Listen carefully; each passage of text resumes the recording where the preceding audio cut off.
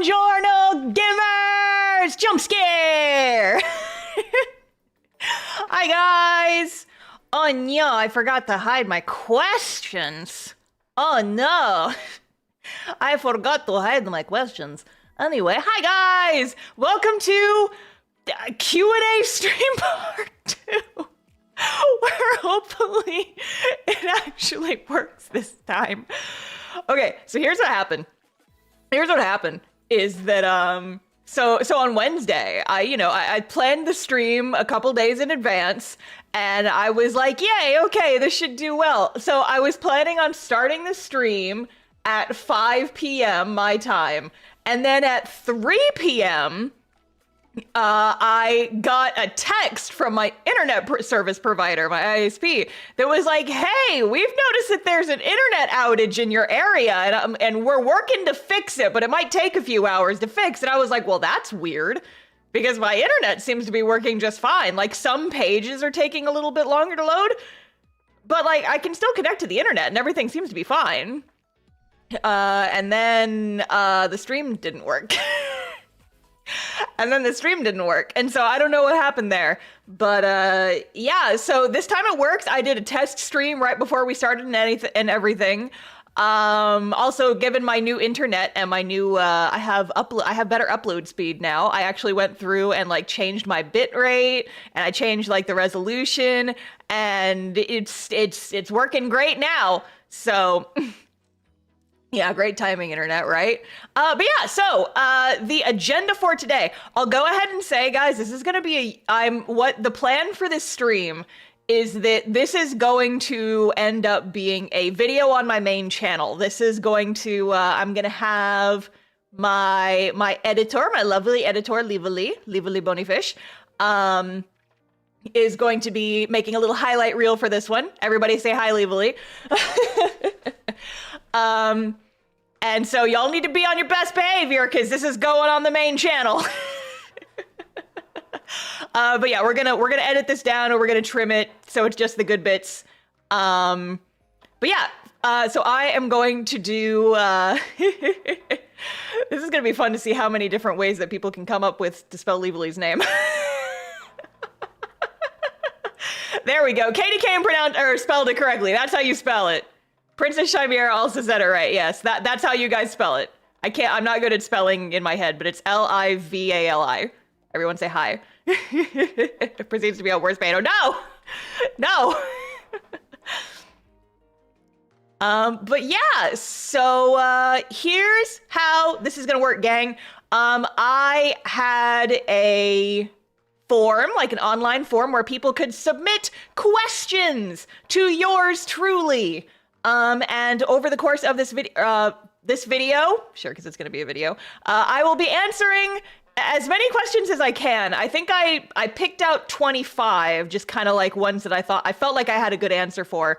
This is probably going to be a series, because you guys, I had a Google form where people could submit their questions. I got over 200 entries, and most entries had multiple questions. So if you guys have a question, save it for the end, and I will answer audience question if we have free time. But for the most part, I have picked out questions in advance. Also, everyone say hi, YouTube, because this is gonna be a video. Ideally, that is the goal. Here, I'm gonna do like a cleaner YouTube intro real quick. I'm gonna do a cleaner YouTube intro.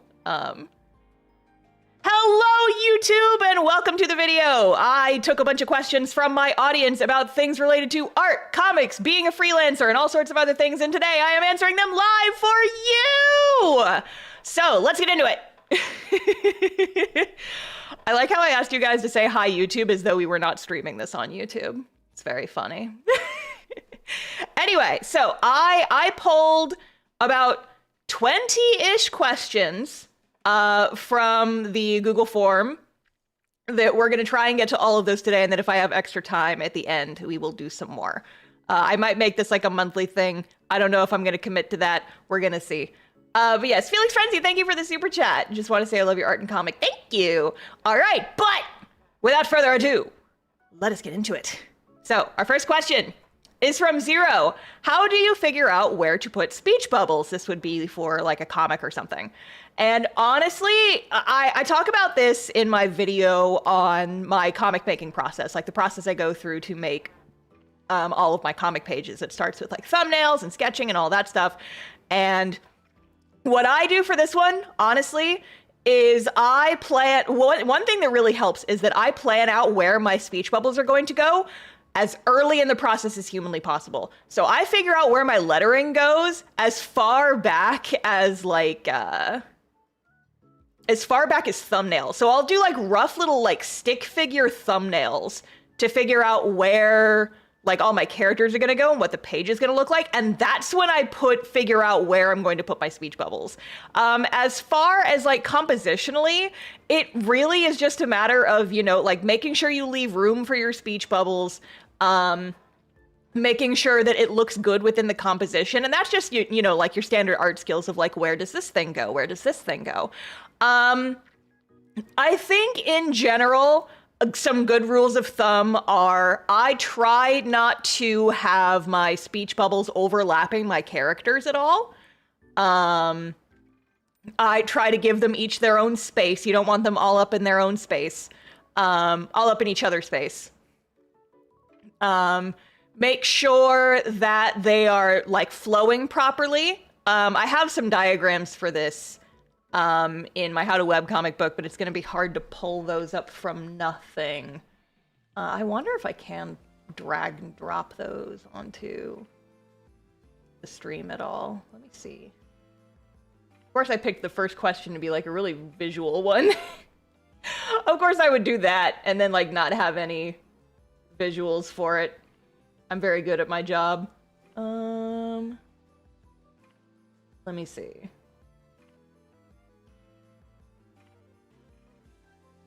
Looking through my files. I'm looking through my files. Okay, this is a TIFF file. Let me do this. No, it will not. Okay. Okay, it's not gonna let me drag and drop it. But basically, you want to make sure that you plan them well in advance. Just call me Star, the most organized streamer. Yeah, basically. I think this is the only one, because this was like one of the first questions that was in the forum, and I'm like, okay, I can talk about this one, and then did not get any did not get any images to go along with it because I'm very smart and very cute. But yeah, I think it's just in general, like how you would plan like composition for just about any like type of illustration. Just, you know, I think the best advice I can give anyone for planning out where their speech bubbles are going to go is do it as early as possible and make it part of your panel composition. Don't just plan out what your characters and background are going to look like in a panel. You should also, you know, like include your speech bubbles in there. And then make everything else flow along with your speech bubbles. Don't make your speech bubbles and your art fight each other. They must be friends, and they must be given their own space, and the best way to do that is to plan them out early. But yes, more information on that in my How to Webcomic book. I have a whole section for it, and it's not letting me drag and drop my files onto OBS, or I would show you guys. Anyway, let's move right along to the next one. How have you kept your motivation and inspiration to make art over the years, even after it was your full-time job? So this is a great question, and one that I have actually been thinking about ever since I put this into my little PowerPoint. Because the thing is, okay, so here's the thing. I think that if you want to be an artist and you want to do it as a job, you really have to love it enough to just, I think you have to be like a little bit crazy. I think you have to, but I mean this in like the most affectionate way possible. I genuinely do think you have to be a little bit crazy. You have to really, really love drawing. You can't half-ass it, you know? You have to genuinely love it so much, especially if you're gonna make this your job. Because the thing is that once it becomes your job, it's not going to also be your hobby. I talked about this before, right? In my my learning to love art again video, I talked about how it's like once I made my art my career, it kind of stopped being a hobby, and I had to kind of like re-examine my whole relationship with my art and all of that. The thing is that you genuinely just have to love doing it. And doing it as a job can sometimes impact your relationship with making art in general. That is very true. That is something that I have struggled with. That is something that I know a lot of people have struggled with as they make art like their full-time gig, is that once it is kind of your full-time job, you kind of have to make sure that there's a little bit of separation there. You got to be fully hyperfixated at it. Yeah, I mean, that's kind of the truth, you know? It's like, I think that the only, well, maybe not the only reason, but the main reason that I've been able to do this for so long and genuinely enjoy it is because I genuinely do really love drawing. And so finding the motivation for it, I mean, I will admit, part of finding and keeping the motivation for it at this point is knowing that I have bills to pay. And a lot of it is just discipline. You know, it's like, if it's a job, you have to treat it like a job. And that means when there are deadlines, you have to stick to your deadlines. If there are obligations, you have to meet those obligations. Especially like with something like a Patreon where people are depending on you to like actually make art.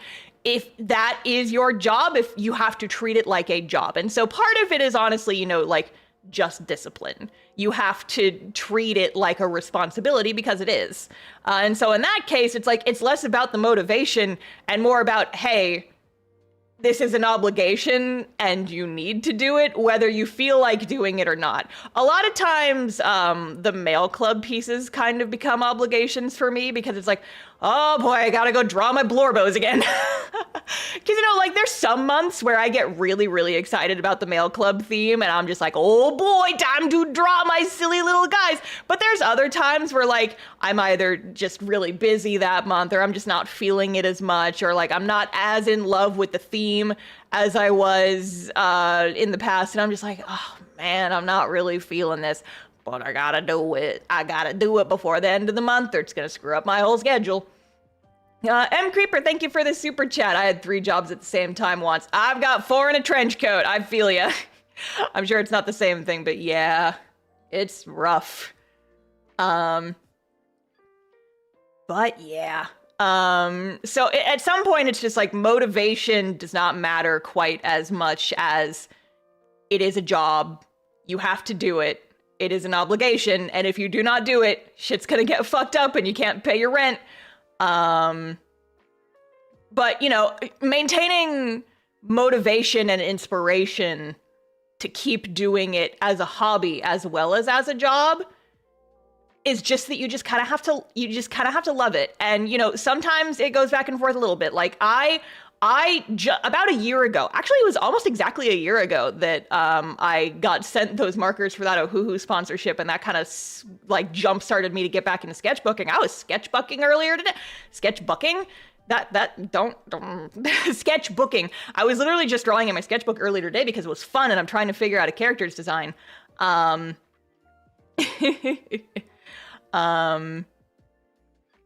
But yeah, it's like, you know, for a really, really long time, I did not draw as a hobby. I did not draw for myself. I didn't draw for fun. But I mean, I had to, you know, take steps to make drawing for myself fun again. And I go on a whole like spiel about kind of how that worked out in the video I uploaded last year. I think I've changed the title a couple times, and I think I need to change the thumbnail.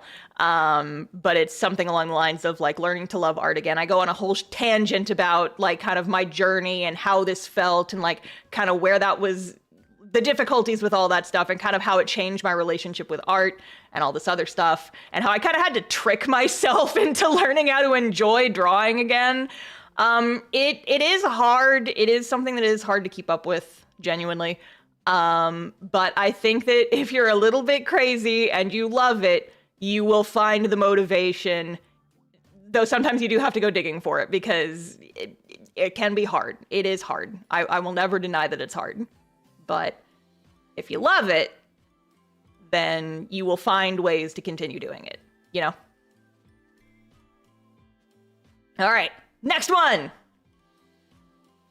How do you make your comic character distinct from the backgrounds without them looking out of place? So I did not prepare images in advance, but I know for a fact that I have just like JPEGs of stuff around in this instance that I can show you guys. I can drag and drop them on the screen. So if you want some more examples about this one, I highly recommend looking at the background art for animated shows and kind of just like without the characters, just look at the backgrounds and kind of see how they make, like, they can make the colors of the backgrounds a little bit lighter. They kind of have like a spotlight effect on it. Like the Steven Universe backgrounds are a great example of this. Also compositionally, they'll usually have a lot of things. My favorite thing to do is a little bit of a sneaky, stupid hack that I like to do. So this is a page from earlier on in this chapter of Cast Off.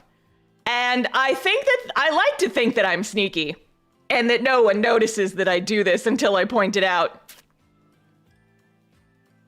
You'll see how the characters kind of glow a little bit.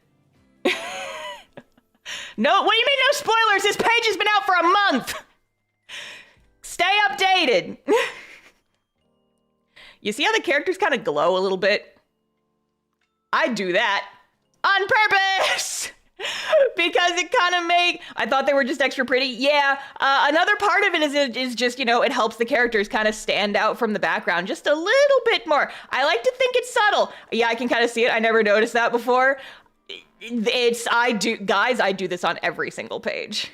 Every single page of the comic, I do this. I can just like grab another one. Here, let me grab another one. Let me find one from like a random previous chapter. Let me find one from like, I'm trying to find one from like a different scene that's not too spoilery, which means that basically anything from chapter 12 is off the table. How about this one? Yeah, this one will work. I did it again here. It's not something you would notice unless you're specifically looking for it, but especially in like this middle row, you can kind of see just a little bit of glow. Just a little bit of like a lighter color behind the character specifically. And I just do this because I feel like it makes them pop. You can also see it in this establishing shot in the very, very top. It just gets a little bit lighter around the characters. And I feel like you make it subtle enough and people aren't going to notice it, but it does genuinely help them kind of stick out from the rest of the background. I do this shit in every single page. Every single page. Because it's sneaky little art tricks, but it does help. Another thing is to just, you know, like not put anything too super busy behind the characters. You can also do like different values, like make the character much lighter than the background or the background much lighter than the character. It's going to depend on like the lighting of the scene as well. There's a couple different ways I like my glowies. I like making the background just like a little bit lighter behind the character to kind of make them pop out. I can't exactly see it, but I feel the glow. Yeah. But yeah, also, if this is something you want to look more into, if this is something you want to study more, genuinely do go look at like isolated background art for animated TV shows. Steven Universe has great backgrounds. That's a good starting place for you. And just kind of like look at it with and without the characters and just kind of see like, oh, okay, how did they like spotlight this specifically? Yes, I'm gonna take a sip of my water real quick. All right, next one. What do you think should come first in character creation? Example, concept, goals, or a general vibe. So this one is very interesting for me because it really made me kind of think. It kind of depends for me on, it's like a character by character basis, right? So like sometimes I will have a specific look in mind for them. And I'm like, I have like a vision. I have the vision. The voices in my head have told me that the character needs to look like this. And they just are birthed fully formed from my drawing hand. And I'm like, okay, now who the fuck are you? Sometimes it's like that. More frequently for me, it's vibes. because a lot of the times it's like I'll have kind of a mental image of what I want a character to look like, but a lot of times the very first thing I come up with is a vibe.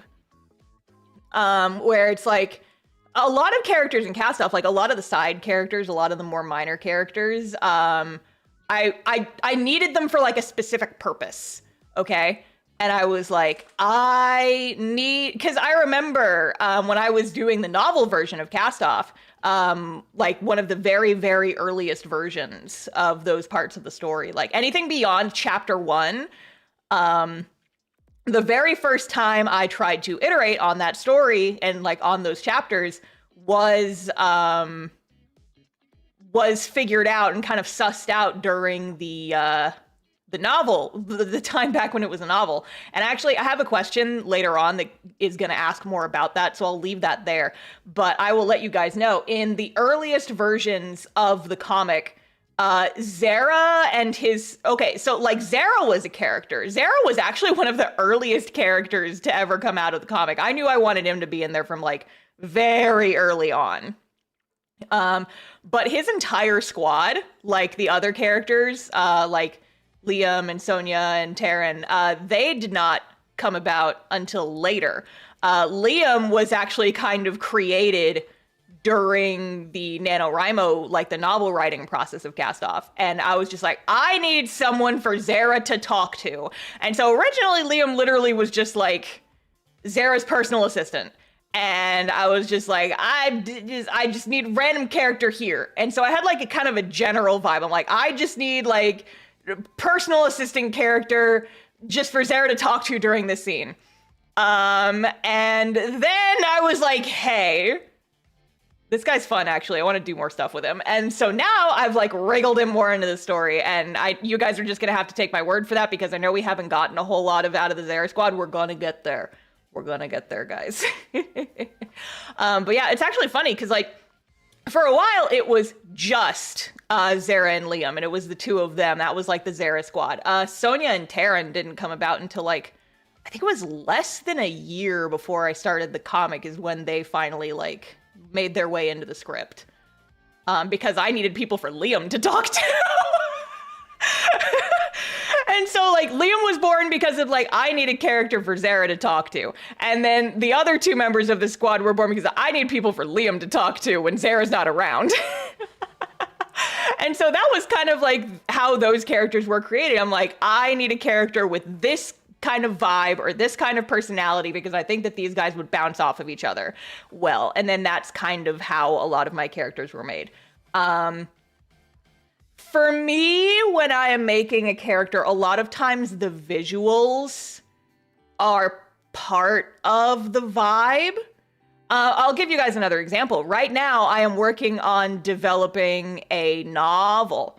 I'm working on writing a novel. And so you would think it's a novel. It's a written story. I don't necessarily have to know what these characters look like, but I was explaining this to my mom when we were driving around earlier today, is that I can't figure out characters until I know what they look like. And so designing the character is a very important part of figuring out like who they are for me. I've got this one character I'm really struggling on, and I'm going to post all these sketches for patrons later tonight, so y'all will be able to see them.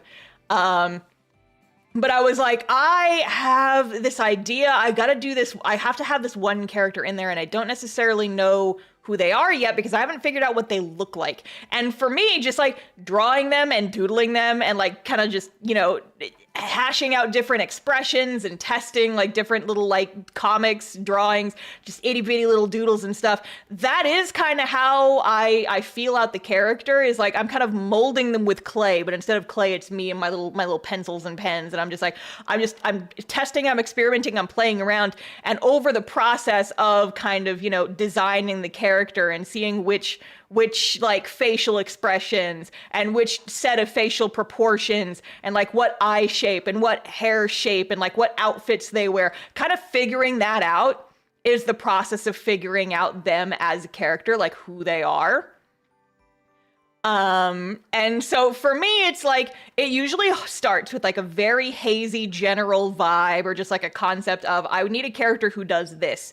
And then after that, I'll usually hash it out by just drawing them a whole bunch. And like I said, patrons later on this evening, y'all will see this process because it's messy. I've been working on trying to develop this one character for the novel right now, and I'm just like, I can't figure out who you are until I know what you look like. And it's messy, but I'm getting close. I'm working on it. But yeah, what I do think is that that's just for me. I think that it's gonna be a little bit different for every single person, depending on how much focus you put on like visuals versus the writing aspect versus, it's gonna depend on like what's most important to you. And so I do definitely think like it's something that's worth experimenting around with and just kind of like figuring out how you do it. You know, you can try other people's methods. You can try my methods and see if they work for you. They might not. And so it's just going to be like, you know, you have to figure out your process. And experimentation is very good for that. So I highly recommend that. But that is how I do it. So that is how I make it work.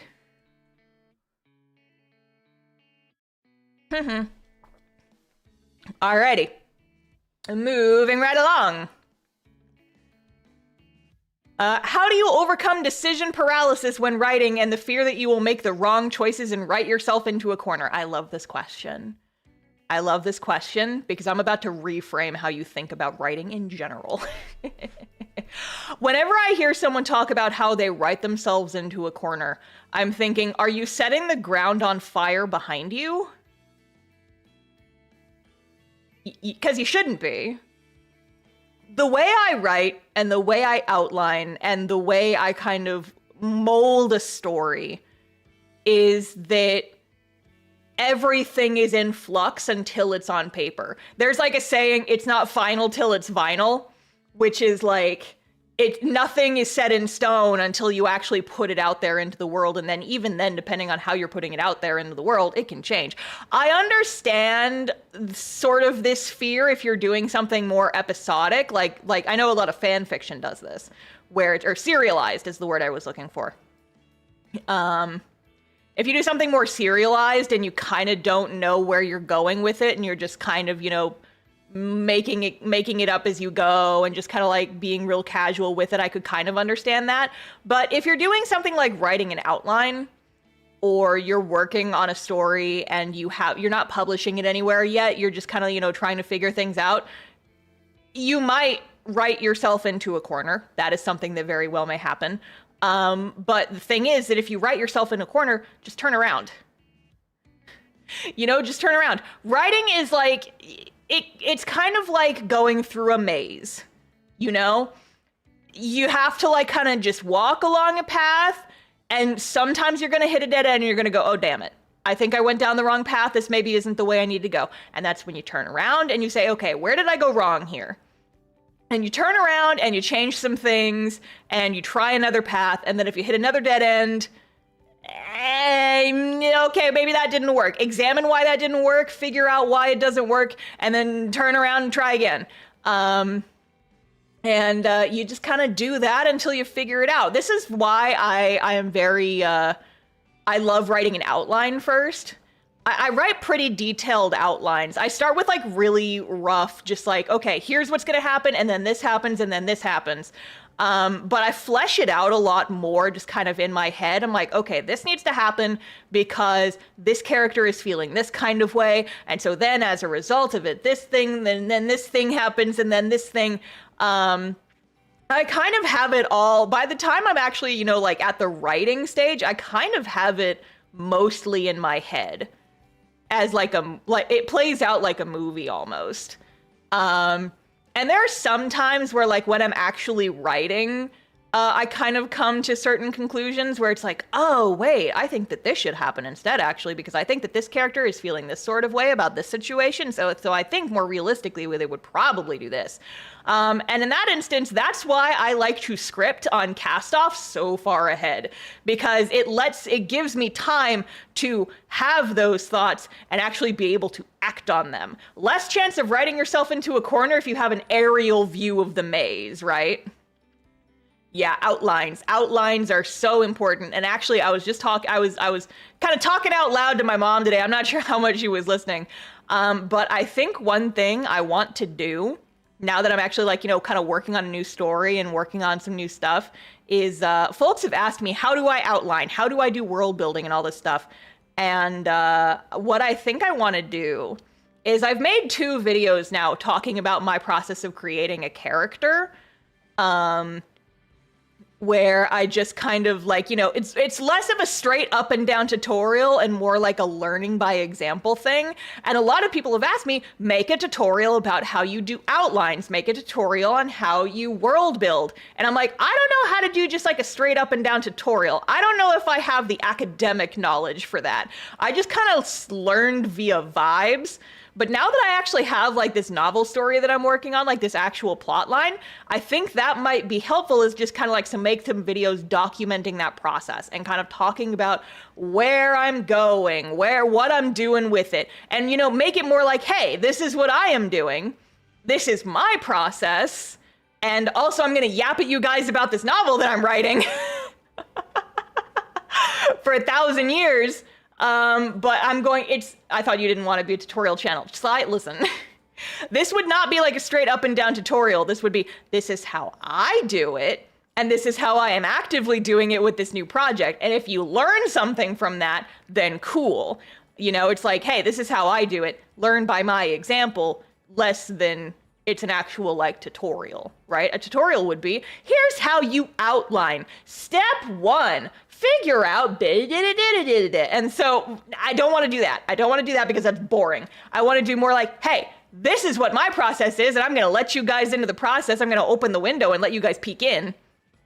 But yeah, so that is something that I'm thinking about. Don't ask me when those videos would be coming out, because I feel like I need to develop a little bit more to kind of figure out like, I need things to solidify a little bit more.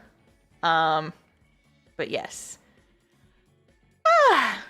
So that's a potential idea. Just talking about like the writing process. Yes. All right, next question.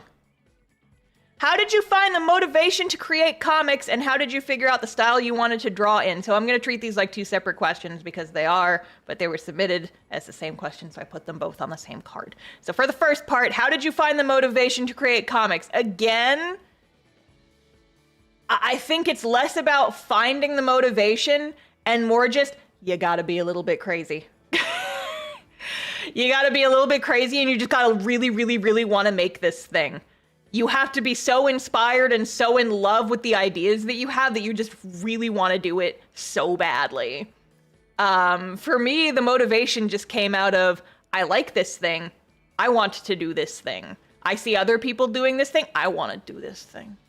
I want to do this thing. I mean, I've talked about this in the past. My first attempts at comics ever were, I read a lot of manga. I read a lot of like 4-panel manga, like little Azumanga Daioh was like my very first manga. And I loved the 4-panel format. I thought it was really funny. I also read a lot of Calvin and Hobbes in middle school. And so my very first attempts at making comics were little like 4-panel comics based on like just silly shenaniganery that my friends got up to. And then, throughout middle and high school, I read a lot of manga. I got into a lot of different stories. And I swear to God, I read every single manga in my library. In my school's library, I chomped through those suckers. And I was like, comics are so cool. I want to do this forever. So literally the motivation just came out of wanting to do it so bad, like seeing other people do it. And it's like, I want to do that too. I want to do that. And so the motivation came from just like, seeing a bunch of other people making cool comics and being like, I want to do that. I want that to be me. I want that to be me. I want to do stuff. And so it's less about where did you find the motivation? The motivation is the inspiration, right? It's like I was inspired because I saw other people doing this and I wanted to do it too. The motivation came from, let me actually just sit down and do it. And I think part of the motivation is like getting over the fear, perhaps. is I know a lot of people are maybe what holds them. I think what happens for some people is less a lack of motivation and more a presence of fear, right? They're like, I am worried that this is not going to be good. I'm worried that this isn't going to be the fantastic work I want it to be. And let me go ahead and shatter that for you. It's not going to be. You are going to have big dreams and aspirations, and then maybe the work that you come up with, like your very first attempts at a new medium, doesn't necessarily meet your expectations. Get used to that feeling. Get used to that feeling, because it never goes away. Get used to it. And just acknowledge it as part of the process. You have to get over that fear, because it's never going to go away. And so if that is the thing that is holding you back, just make something bad. Like, your first attempts at making something are probably gonna be bad. Like, your very first time putting pen to paper, it's not gonna look good. It's all about like practice and determination. Get used to disappointment. Exactly. You kind of have to, because sometimes things just like aren't going to come out this way. Star Brutal Honesty Hour. Yeah, I am. Because I mean, that's the thing, right? Is that I am being brutally honest. There are definitely times when I finish a comic page and I'm like, God, I hate this. Post. I will finish a comic page and be like, wow, this does not look the way I hoped it would. Post. Because that's just the reality, you know, doing comics, not every page is going to be your fantastic magnum opus. Not every page is going to be great. As long as it's doing what it needs to do, that's all it needs to do, you know? I always tell people, when you're making a comic, give it a solid like 75% of your effort. Because like going whole ass into every single comic page is a fast way for burnout as well. Done is better. Sometimes done is better than perfect. Done is always better than perfect, my friend, because you will not reach perfection. It is a silly thing to strive. It's a silly thing to strive for, because perfection cannot exist in a subjective medium. Persistence beats inspiration. Yes, absolutely. I mean, here's the thing. This is, I've told the story before, but I think it's been a while, so maybe some new folks might not have heard of it. When I was growing up, I was in a friend group with several different artists. Like, there were, not every friend in my friend group was an artist, but like, you know, of the ones that considered themselves artists, I was one of them. And of the artists in my friend group, on a technical level, I was the worst. I was the worst artist in my friend group, just on a purely technical level. And I'm not saying that to be fishing for compliments. I'm saying it because it's true. I've always been a little bit of a slow learner, and it's something that I've struggled with my entire life. And it's like, that could have, you know, made me feel bad. And there were definitely days when it did. But the thing is, of those people, like all those people, like, well, we'll say that there was, for example, like 5 people in my friend group that were artists. And of those 5 people, I am the only one with an art career. Because I am the only one who kept doing it, even though I was the worst, technically, artist. It's like, it's, at the end of the day, it's not about how much skill you have right away. It's how much you stick with it. And I feel like waiting for motivation, waiting for the inspiration fairy to come to you, like, what are you waiting for? Just do it. If you're worried about doing it bad, then just do it bad. You know, just do it bad and get it out of your system, because just do it. Just do it. Do it bad. Do it scared. Because at least you're doing it, right? And I'll tell you another thing. All of my friends who were all talking about, it's like, man, I want to make this a webcomic. Man, I want to write this a story. They never did it. None of them ever did it. I did. And now I'm here talking to you guys and telling you to just do it. Do it bad. Do it scared. do it no matter how you feel about it. Just do it and post it. What's that anecdote about 1,000 shitty bicycles? Yeah, this is a perfect time for this 1,000 shitty bicycles. When I was in college, a professor of mine said that every person has 1,000 bad drawings inside them. And if you want to get down to the good drawings, you have to get those 1,000 shitty drawings out of your system first. And so he was like, if you have 100 shitty drawings of bicycles in your body right now, they're stored in your body. And if you want to get to the good bicycles, you have to draw 100 shitty bicycles first. You have to get the shitty bicycles out of your out of your body. And then you can start drawing the good bicycles. And what that's actually trying to say is that if you draw a shitty bicycle, your second bicycle will probably also be shitty. And so will your third and your fourth and your fifth. But, you know, as you go and you, I cast 1,000 shitty bicycles. Yeah. But it's like, especially if you're like looking at your references and you're like, okay, this bicycle is shitty because of this reason. But by your 10th bicycle drawing will probably be better than your first bicycle drawing, right? You learn and you practice and you get better and you get those shitty bicycle drawings out of your system. And then once you've drawn 1,000 bicycles, you'll probably be pretty good at drawing bicycles. It is the same with literally anything.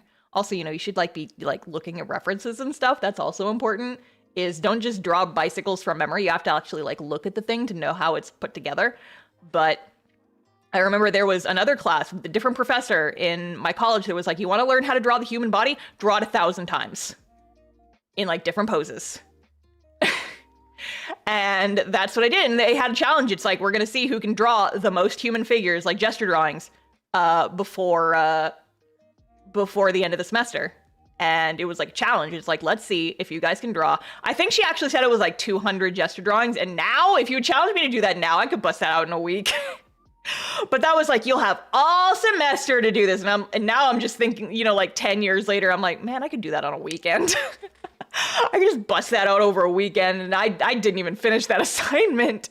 But yeah, so I mean, I guess for me, it's like, we've kind of deviated from the original question here, but it's like,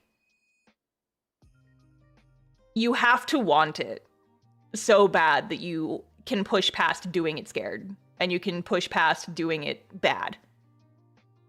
And yeah, sucking at something is the first step towards being sort of good at something. Exactly. Draw the shitty bicycles. Just get them out of your system. Okay, let's tackle the second half of this question now, or I am going to continue going off on weirdly motivational tangents. Okay, how did you figure out the style you wanted to draw in? So I get this question all the time. Like, how did you figure out your art style? How did you find your art style? I love ironic, I don't actually love it, sarcastically. I love when people ask, how did you find your art style? Because it makes me think, do you think I just picked it up off the side of the road? Do you think what do you mean find my art style? Where do you think I picked it up? I didn't find it. I built it with my own bare fucking hands. It's like, wow, where did you buy this delicious cake? Bitch, I made that. I made that. Adopted it from the nearby art shelter, yeah. You do not find an art style, you build one. You develop it. And honestly, I talked about this in my my art style challenge video. It literally is just a combination of seeing things that other people do and in their art and being like, oh, I like that. Let me try that. Okay, maybe that didn't necessarily work. I don't know if this really works. I don't know if I enjoy drawing like this. But I could do this, or I could do this, and let me just try this. It's just a lot of experimenting and adding stuff to the cake and then being like, maybe I don't like this in the cake. Or, ooh, I really, really like this ingredient in my cake, so I'm gonna use this in my cake from now on. Just all that kind of stuff. It's an art style is just taking all the things you love and a little bit of experimentation and, sometimes getting a little quirky with it and sticking it all in a blender and just seeing what happens. For my comic specifically, it was a little bit more focused on a specific goal because, you know, when I do like my illustrations and stuff, just like my one-off pieces, my art style is a little bit more polished than what I do for my comics because I gotta churn out 2 fully colored, fully rendered comic pages every single week. And if I was putting as much effort into every single panel of my comic that I was putting into an illustration, it would take me 2 weeks to do 1 page. That would be ridiculous. And so my specific art style that I use for my comic pages is very streamlined. And it's very simple. I keep it very simplified and easy to draw. Easy to draw makes it easier. Easy to draw and efficient as well, because it's like, yeah, I enjoy drawing this way, but also I'm going to slim it down to just the basics so I can get through this a little faster because, you know, I gotta draw 2 comic pages every single week and that's a lot. But yeah, so it was a combination of, you know, just like taking bits and pieces, taking inspiration from other artists and being like, ooh, that looks fun. That looks fun. I want to try that. No, I don't want to try that. It's like, oh, I kind of like that. No, I didn't like try that. There's that saying that I've seen going around where it's like, I am a mosaic of all the people I've known before. And I feel like your art style is something similar. Your art style is a mosaic of all the things that you have loved and all the art that you have loved. You know, because it's just like you as we progress through this life and as we do art and as we make things, we are subconsciously and sometimes consciously taking little pieces about the art that we love and like building them into ourselves, you know? It's like a long time ago, really like there was this one artist who I really, really loved who always had like these really dynamic poses. And I'm like, wow, I love I love how those looks. I really want to try doing more like fun and dynamic poses like that. And I sat down and I studied their art and I had a lot of fun with it. And you know, my art does not look exactly like theirs, but I was like, I love this aspect of their art so much. I want to try and incorporate it into mine. And cue just doing that for every single artist that I have ever seen and ever had something that I loved about their art. And just, it's fun, it's experimenting, and it's like building your own things out of the people who have inspired you and come before, and it's very fun. And oh, also, I'm gonna go ahead and put this in here too. Never let anyone trick you into thinking that you have to stick to one specific art style. You don't need one art style. Like, you're allowed to have range. People are like, I don't know what my art style is anymore. You don't have to stick to just one. You're allowed to fuck around. It's fine, guys. Like, guys, it's fine. Don't worry so much. Allow yourself the freedom. Just take off the training wheels. Don't worry about it. We're having fun. Just draw. Just draw how you want to draw. It's fun. Screw around a bit. Life is too short. So many of my art tips come down to screw it. Life is too short for this. Life is too short to worry about this, you know? Yes. All right, let's move on to the next one after I take a sip of my water.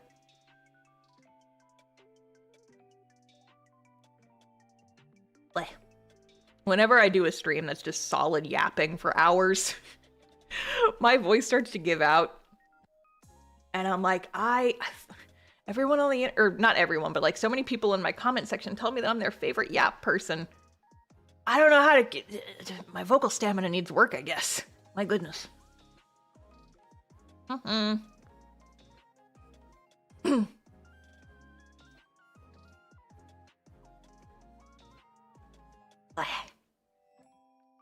Did your mouth just go, oh, yeah, I can do this. Cheek puff. All right, next question. Do you have any tips for a beginner artist trying to get anatomy down? So unfortunately, this question is a little bit vague. But I will just go ahead and say, if there is something in your art that you are struggling with, study that thing. Study that thing. If you're trying to learn human anatomy, draw human anatomy. I'm gonna tell you guys a little anecdote. when I was, I think, a sophomore or junior in high school, there was a bunch of art colleges came to town and did they did like portfolio reviews for people who were hoping to get into art school. And there were like a bunch of different tables where you could go around and talk to a bunch of different representatives from different schools, and you could show them your portfolio and they could give you advice on how to improve your portfolio for a better chance of getting into the schools. And so my mom took me to this thing, and I showed my portfolio to like a couple different schools, and a lot of the things that they said was, okay, I can tell that you're really passionate about art, but you need to work on your anatomy. And so what they recommended is like, go to the art section of your local bookstore, just like go to Barnes & Noble or Borders or something, RIP, because this was back in the day when Borders still existed. Oh, my beloved. And they were like, go to the art section and find some anatomy books. And just like look at the poses in those anatomy books and draw those. Just like try and copy those references and like look at the muscles, look at the anatomy, look at the structure of the human form and study it. Like seriously sit down and study it like you would study for a math test. And the funny thing is, they said it's like, now the important thing here is you're gonna have to learn how to draw from nude models. And that's just something that you're gonna have to be okay with.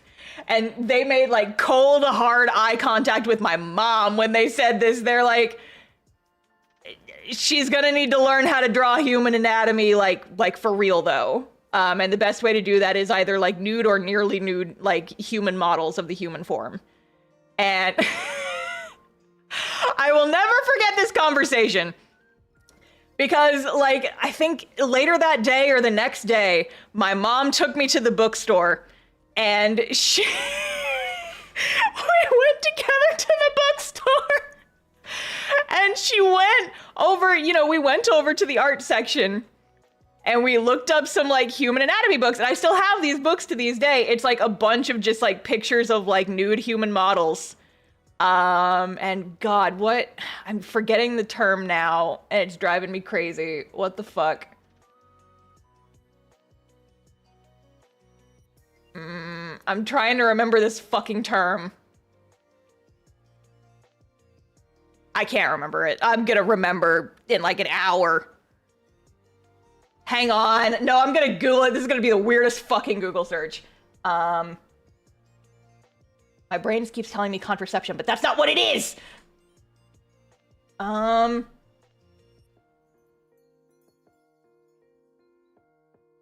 I don't want to ask you guys because it's gonna be a weird fucking question. I'm going to do a very bad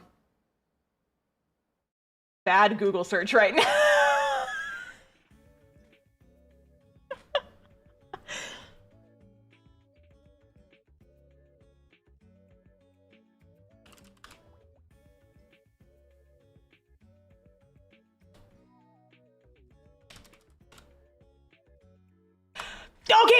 Okay, thank you, Google search. I didn't even have to search it because the autofill came up with it. So I went to the bookstore with my mother, and she went over and she picked up one of these books and she popped it open and she immediately shuts it. And she's like, okay, my daughter, I'm gonna get you this book, but we're gonna talk about it together because you're gonna have to learn what circumcision is. And I'm like, huh? And she's like, come on, let's just, we're not gonna talk about it here. And I'm like, Mom, what is in that book? Because it was a book filled, guys, it was a bunch of nude models. And she was like, okay, well, listen, the people at the art school told us you have to study this. And I was like, huh?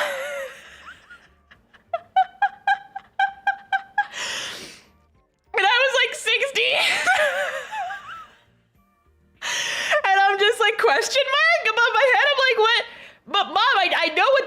in theory, like, I know what that is. And she's like, yeah, no, but you're going to see like pictures though. And I'm like, I need to learn how to draw the muscles in the leg, Mom. And she's like, well, this should just show you more than your legs, but okay. Oh, God. But yeah, so if you want to learn anatomy, one must study anatomy. But you know, like maybe start with like some clothes models and work your way up. Oh God, that shit was funny. Now I'm like, I've been to art school. We did nude model sessions. I do not care. Do not care. It's like, I could walk into a room and be like, okay, take your pants off. I've seen everything. Shut up. It's like, I'm just here to fucking draw you, take your pants off, and let's get over with. It's funny. It's funny. Because, you know, I tried to get into this habit, and then I got too busy with the with the move, and I was just like, oh God, I don't have time for this. But now that my schedule's a little bit more available, more open, I want to try and get back into it. Is that I try to, you know, do like 30 minutes of model drawing every morning, where I pop up, I think it's called like True Ref, or Line of Action is the one that I've been using mostly. And Line of Action is a website where you can like do references for the human body, like the human figure in different poses, and you can set for like, I usually do like 2-minute studies, just to like get the form down. But also it's good to, you know, like focus on different body parts. And so for a long time I was really struggling with like my torsos and like kind of how the arm connects to the torso. And so I was doing, you know, full body references, but I was paying really close attention to how like that specific part of the form, and I was trying to make sure I really got that down. So just like do a lot of gesture drawings, find some books. Lineofaction.com is your new best friend. Marty Cafe, thank you for the gifted membership, appreciate it. Thank you. But yeah, Line of Action is great, but if you want to improve your anatomy, you really just have to study it. You have to like look at humans. You have to, you know, just like study it like you would study for a math test, you know? Go to your Barnes & Noble, get some naked people books. That's what I did. I actually have some really cool ones too. I don't remember if I got these at that first trip with my mom or not, or if I didn't pick these up until later, but I have this one book that's really cool where it's like a picture of a human body, just like a person posing. And then it has like tracing paper, like layers of tracing paper where someone went in and like drew the bone structure on top, where it's like you flip, it's just like the photo, and then you flip over the tracing paper and it shows the forms of the skeleton on the tracing paper, and you can overlay it on top of the photo. And then they also have like the muscle layer, and you can layer it on top of all of that. It's super sick. Like being able to see all of that scientific data. It's really cool. And like, you know, just like understanding how the muscles and the bones of the body, of the human body work is also really good for anatomy. So like study bones, study skeletons, study stuff like that, all sorts of stuff. Just, I might do some like gesture drawing streams at some point, but I haven't really like had time to just sit down and arrange those, but it's fun. It's fun. Okay. Next, question. It's been an hour and I've only answered 7 questions. We're not going to get to audience questions, I don't think. I'm going to take a sip of my water first.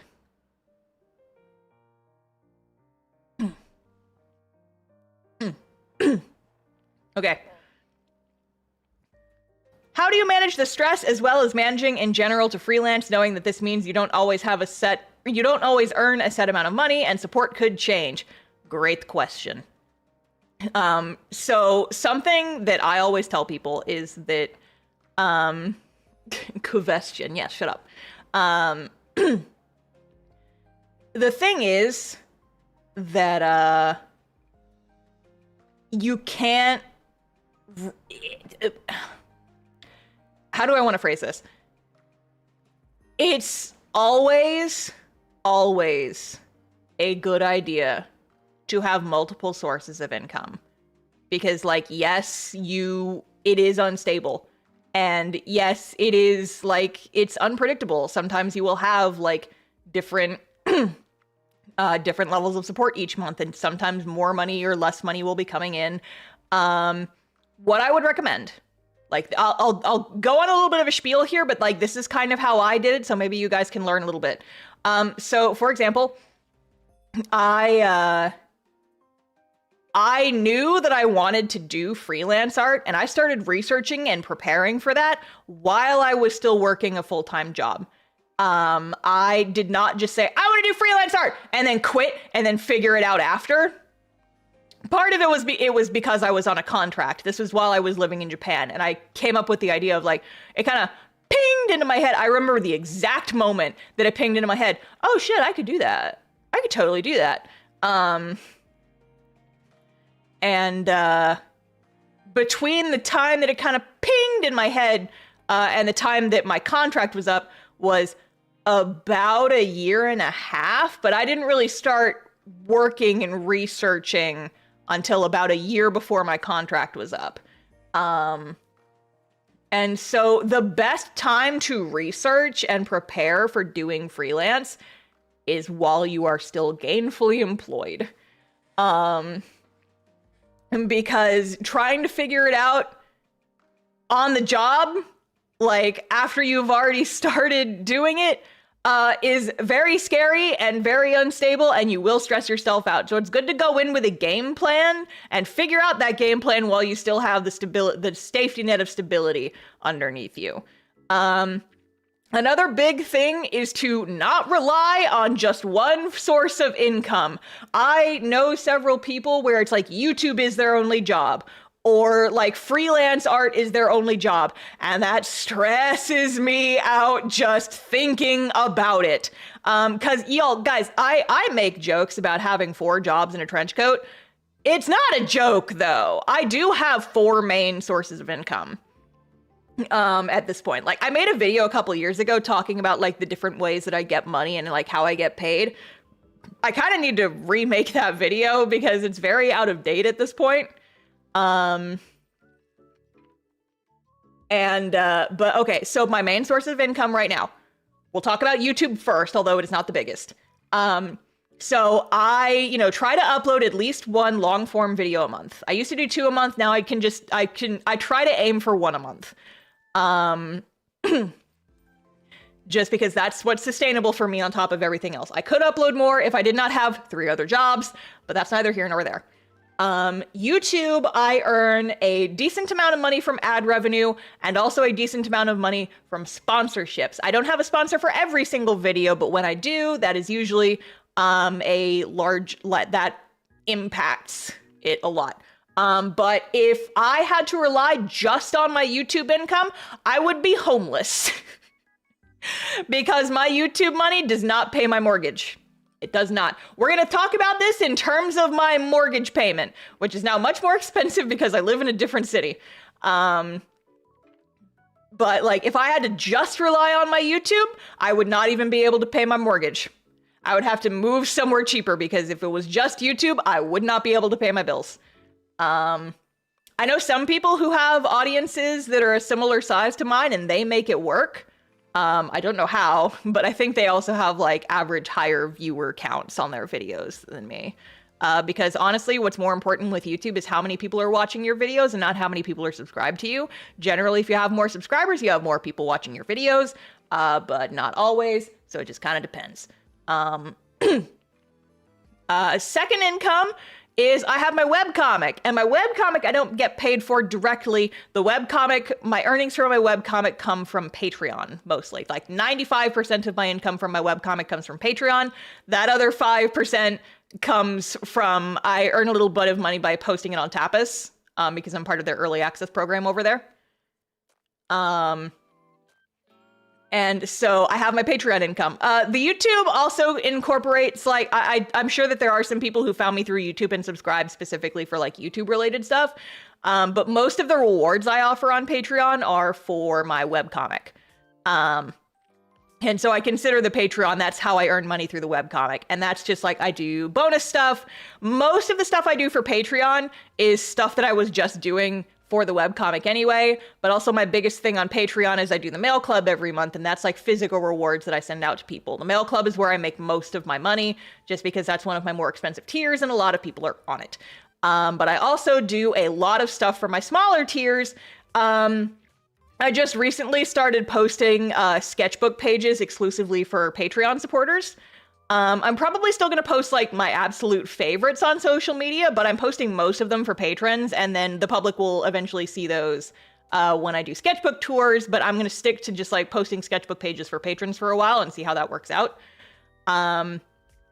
And so, you know, I do a lot of initiatives to, you know, like have people subscribe to my Patreon. I want to make sure that they're getting something good for their money, and in return, people generally stick around. Patreon is my most stable form of income. Just because, you know, I like to think that I am providing something that is like good for what people are subscribing to me for. And I'm kind of giving them something worth paying for, I like to think.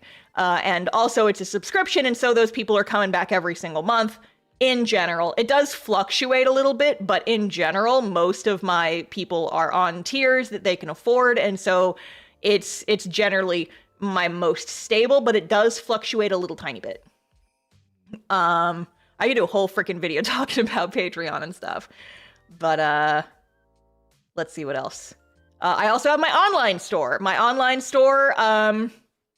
Oh, and yeah, in terms of my mortgage, my Patreon pays my mortgage. My Patreon honestly pays my mortgage and most of my living expenses, like my bills and food and stuff. So most of my money, I would argue, like, if I had to just go to Patreon, I could scrape by if I had to just live off my Patreon money. But it would be really tight and it would be very uncomfortable. Next up is my online store. The online store is one that I rely on quite a lot, but it is still also the one that is the most flexible. Depending on the time of year and if I run any sales and if I've just added new stuff to my shop or how well I'm advertising it, I could make like, you know, I'll talk transparency. We'll do numbers. I earn on average about $100 a day on my online store, just for like book. That's like, I sell like 3 or 4 copies of my book, or I sell like a couple of keychains. I usually make roughly $100 a day on my online store. I don't get to keep all that because a lot of that goes back into, I have to buy stuff to put on the store. I got to pay for web hosting. I got to pay for all this other stuff. About a third of that goes to taxes because I have to pay my income taxes. On average, that is about how much I make every day on my online store. But during like Black Friday last year, I made $10,000 in 2 weeks. And then I spent the next month super burnt out from filling all those orders and I was dying inside. But you know, you run a good sale and people are like crazy and they like really, really want to get your stuff. It can go crazy. But if you're not constantly advertising it, you earn way less. There's some days when I made like $10 a day. I'll sell like 1 copy of my ebook and that'll be it for the day. And I'm like, okay, well, I need to step it up. So I would honestly say that of my stuff that's consistent, because the last form of income is conventions, and conventions, I only do a few of those a year, so I don't rely on those super heavily. But with, what's the word I'm looking for? With the store, at least, the store fluctuates the most. It can go anywhere from like, I haven't really advertised the store much at all. My videos aren't really getting a whole lot of views right now. And just, it's been a slow day and there's a lot of other factors going into it. I made like 2 sales today and it was like a copy of my ebook and a single sticker. And I made like $15 today and a third of that's going to the government. So I really only made like $10 today. And then other times it's like, well, I just had a video go really, really well and it got picked up in the algorithm and it's doing extremely well. And now a lot of people are coming to my store to buy my book and I've made like double my ideal monthly quota in like 2 weeks. And I'm like, okay, Okay, cool. But like, it's really is a feast or famine. Generally, I'm doing okay with it now. I generally meet my goal of like how much I want to. I have like a daily goal in my head of like how much I want to make. And, you know, I don't worry about it on a day by day basis. It's just like every couple of days I'll look at the analytics and be like, okay, have I made, it's like the 10th day of the month. Have I made 10 times my daily goal? If I have, then I'm good. If I haven't, let's see what we can do. That sounds exhausting. It is. It is. And that's just one. That's just one of the sources of income. I am grateful now that like, because my Patreon has been doing so well and because YouTube has been doing so well, I don't have to focus so much on my store. But I will give you guys an example. When I first started doing freelance, I was only making like $300 a month on Patreon and everything else was coming from my online store. My online store was my main source of income for like 3 years. And it was stressful as fuck because it fluctuated so much. And this was before I started my YouTube channel. And my YouTube channel is how I do most of my advertising these days. And back then I was very reliant on TikTok. And, you know, some days you have a video blow up and you have a bajillion people like buying your new charms. And it's like, wow, I just released a new keychain design and it sold out in like 20 minutes because I had a TikTok video go viral. And then other days you go like 3 months barely making your rent and you're just like, oh, fuck. And then of course, lastly, my last form of income is conventions. Conventions vary wildly depending on the audience of the show, like the size of the audience and who the target audience of the show, like the demographics of the show and how big the show is. It also depends on your location and your display and the type of products you bring. And conventions, I sometimes do events where I will go to a con for like 1 day and come home with like a couple $100 in my wallet. And I'm like, cool, that's like a month of sandwiches. Fuck yeah.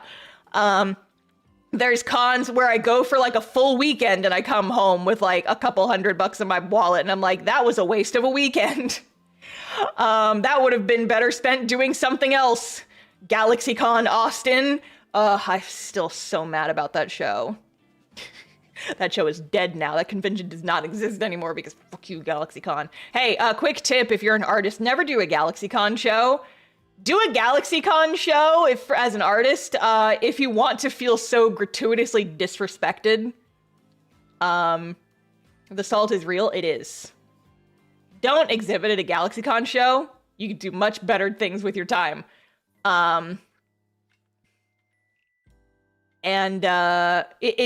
Conventions depend on a lot. I don't like to rely on them because they are not only like, very, very, like, sometimes there's just cons where they're bad years. I know that a lot of people, MomoCon last year was a really bad year for folks just because the layout of the convention was so weird because we were in a different hall than usual. And like, conventions vary wildly, so I try not to rely on them. Usually when I have money from a convention, I go to the convention to, you know, advertise, come home with a little bit of money in my pocket, meet some people, hang out, do some stuff, get to travel, see some friends. And then usually what I do is I take the money I earn from conventions and I throw it at my house, is what I usually do.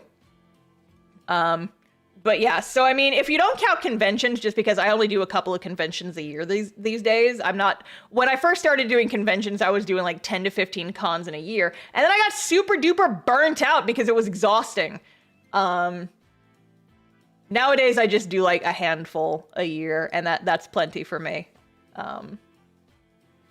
But between the store and the Patreon and YouTube, and also, you know, like conventions on the side, if I had to rely solely on any one of those, I would either be homeless within a month, or I would be scraping by so close that it would be super uncomfortable, and I would probably not be able to afford to live in the area that I live in.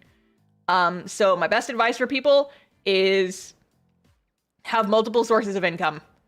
And as far as like how do you manage this stress? Multiple sources of income, not having to rely super heavily on one specific source. Because if one source does badly for the month, at least you still have your other stuff, right? And the thing is that like this is something that I settled into after doing like years and years and years of experiments and figuring out what worked for me and what didn't, and figuring out what I liked to do versus what I didn't. And really leaning into the stuff that was working well for me and tossing aside the stuff that wasn't. Some stuff is going to work well for other people, and sometimes it's not going to. Like I was fully convinced when I started doing freelance, I was fully convinced I was going to be taking commissions all the time. And I don't take commissions at all anymore because, quite frankly, my time is better spent elsewhere, because I can spend my time drawing other things that I could then use for a YouTube video or sell in my store and make new merch. But you know, for other people, like they really love doing commissions and they make bank doing commissions and they love doing it. And so it's like, okay, get your bag, hell yeah. And so it's gonna be different for a lot of people, but I would always just recommend never focus entirely on one thing. And if you can start testing the waters while you still have a stable form of income, absolutely do that. I would not quit your day job until you are making at least double what you are earning in your day job on art stuff, or if you like could potentially earn that much if you quit your full-time job. Also, I know that a lot of people who do this full-time have a partner that they rely on to pay most of their bills. There's no shame in that. Just make sure that y'all are in agreement on how much you can do. That is a discussion you have to have with a partner. I'm doing this fully solo because I am far too hyper independent to rely on other people. But yeah, there's just a lot of good advice is like, don't quit your day job until you absolutely can, until it's completely viable. I have seen people try to quit their day jobs well before that, thinking that the stress would motivate them to do more. Don't do that. Don't do that. You know what that's a recipe for? The worst burnout you've ever had. Because if you throw yourself into shark-infested waters and think, this is how I'll learn how to swim. Don't do that. Use your floaties in the shallow end of the pool first.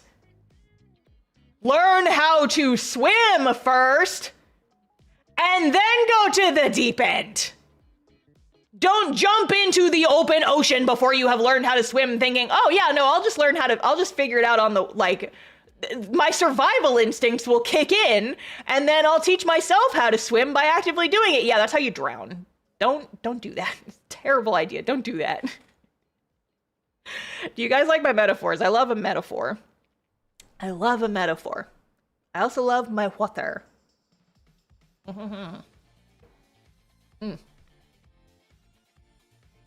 We are not going to get through all the questions. I'm not even 10 questions in. All right. The next one. Okay, here it is. I said that this one was coming. How do you determine what medium to tell a story through? For example, I know you were originally writing Cast Off as a book. What made you realize it was better suited to comics? So this is a very specific anecdote. But it will, I think, answer this question. Because this question is right. So the first time I started trying to attempt Cast Off story was as a comic. I came up with the story and I did like a short pilot comic that basically covered the events of the first chapter of the comic as it exists now. But it was very tonally different. It's much better now. This version is way better.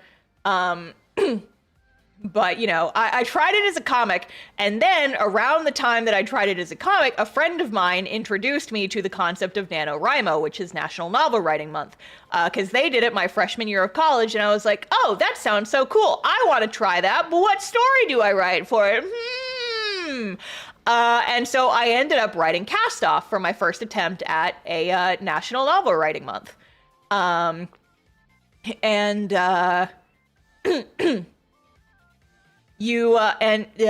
was looking at chat and my train of thought got derailed.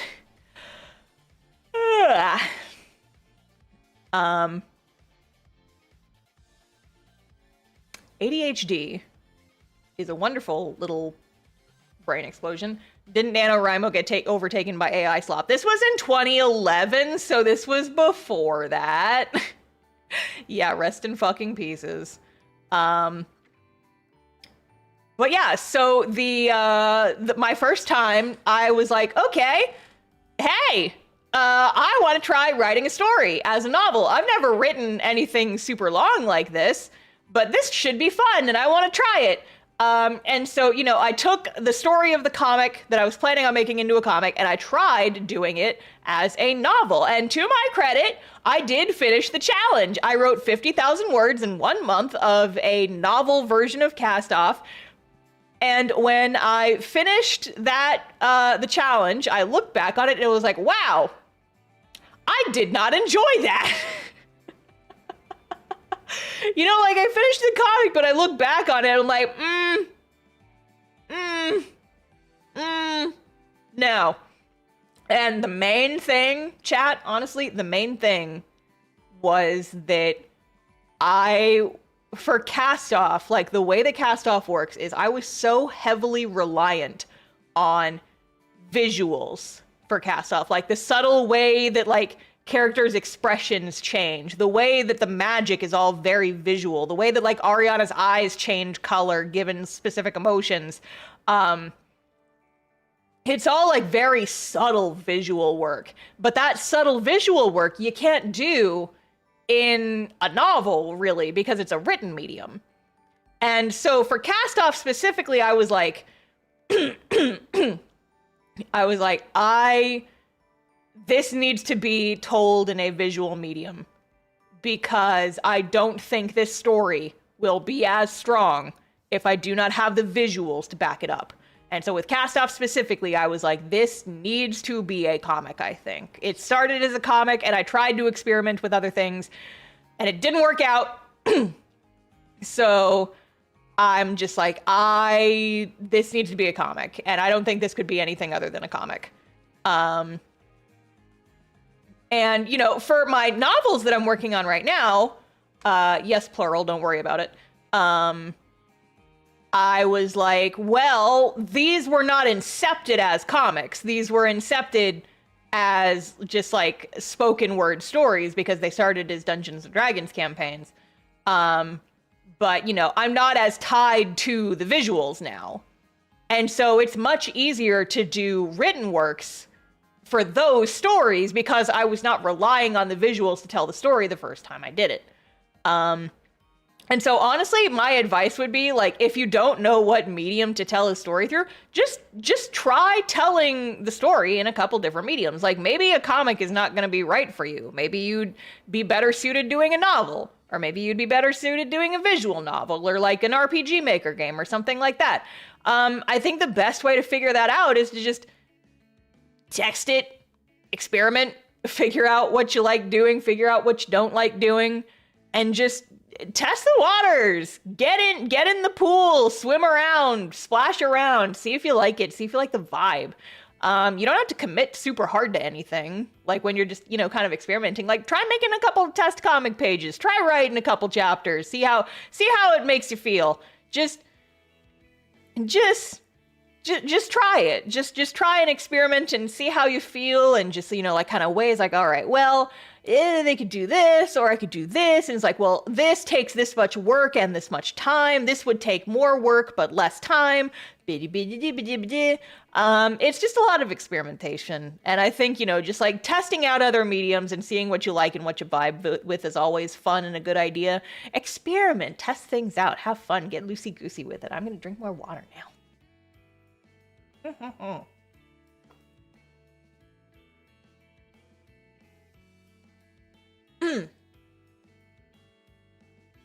I'm thinking that this probably will not go the full 3 hours because my throat itches.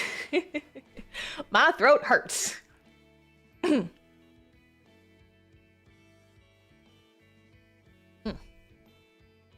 gonna go as long as my voice will hold out. We shall see. We shall see. All right, next one. Do you ever get distracted from your main story by other ideas for stories and projects you want to work on? What do you do? If so, it's very funny that I just saw this question because we literally just recorded a Screen Tones episode on this exact topic. I don't know when it's going to come out, probably not until later in the summer, but we spent like an hour talking about this topic on a Screen Tones episode. So that'll be coming out eventually, probably after this video goes up. But yeah. So what I do is if I have ideas that are tempting to distract me from Cast Off my long. So my thing is like, Cast Off I'm married to. I love Cast Off. Cast Off is my faithful companion through the good times and the bad times. And we go everywhere together. That's my baby. That's my ride or die. I love Cast Off, and you would have to pry that comic out of my cold, dead hands, but sometimes you have other ideas. Sometimes you're like, ooh, what's this shiny thing? Ooh, what's this new shiny OC that I've just come up with? Who is this shiny new Blorbo, and what's their deal? For me, when I'm feeling distracted, I just do a lot of sketchbooking. I just do a lot of doodles. If y'all have seen any of my sketchbook videos, if you've seen my sketchbook pages that I posted on social media and that I'm now posting on Patreon, you would know I exercise those brain worms in my sketchbook, and I just doodle them like crazy. And sometimes if it's too much, I might try to write a novel in the background. But like my thing is, you know, with the amount of work I already do, if I tried to do 2 consistently updated serial webcomics at once, I think I would simply die. I think I would pass away if I had to do that much work. I think the only way I could manage it is if I got some help with Cast Off, or alternatively, I did the second comic and it was like a much simpler art style. Like probably just like very simple black and white shading. It would not be in color. Unless I got someone else to do the colors for me. Like it would be a whole thing. But so when I have, you know, other ideas, I try to work them out in other mediums, whether that's, you know, just like, for just fun ideas that I just want to explore and play around with.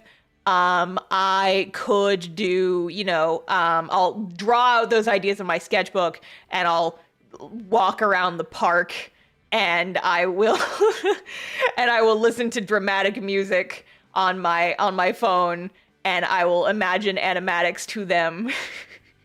You know, just like do what you can to get the brain worms out. But most of the time it comes down to just sketchbooking. Or, you know, like I said, experimenting in other mediums. I have some stories that I want to tell and they don't necessarily need to be comics.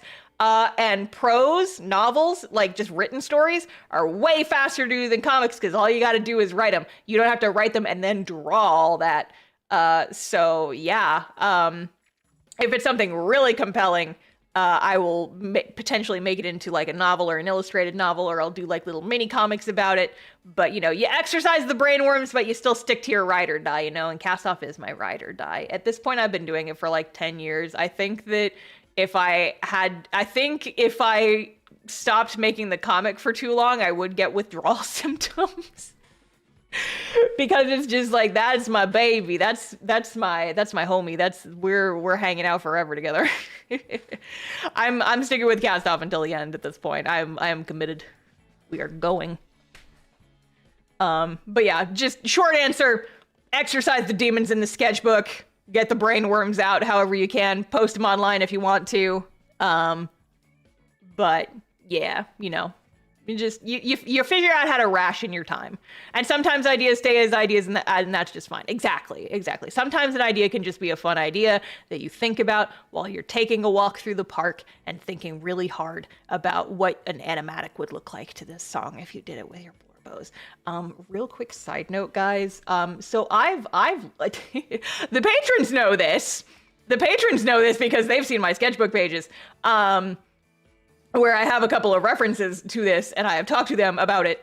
I had listened to a couple of songs from Epic the Musical years ago, like when it was first getting popular. Like I've had, you know, a couple of songs from Epic on my various Cast Off and D&D character playlists. But I only knew like a couple of the songs in isolation. I had never actually sat down and like listened to the full soundtrack all the way through.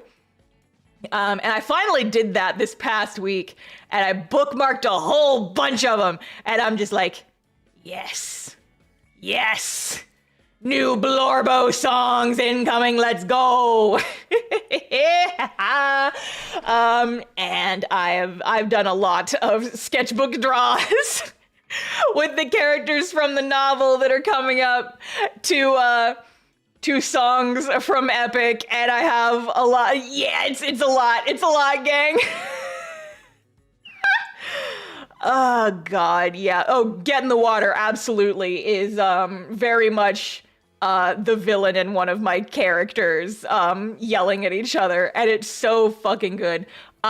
Wouldn't you like what is that? Is that what the song calls? Is like, wouldn't you like a taste of the past? There's like one line from that song that makes my brainworms go crazy. Because like in context of the song and the context of the musical, it's different. But in the context of how I'm thinking it with my Blorbos, it's like, wouldn't you like to use more than words? It just, oh, it makes my brain go crazy. Oh, it makes my brain go crazy. It's like, wouldn't you like a taste of the power? Wouldn't you like to use more than words? And I'm like, I can't even explain why this is very compelling to me.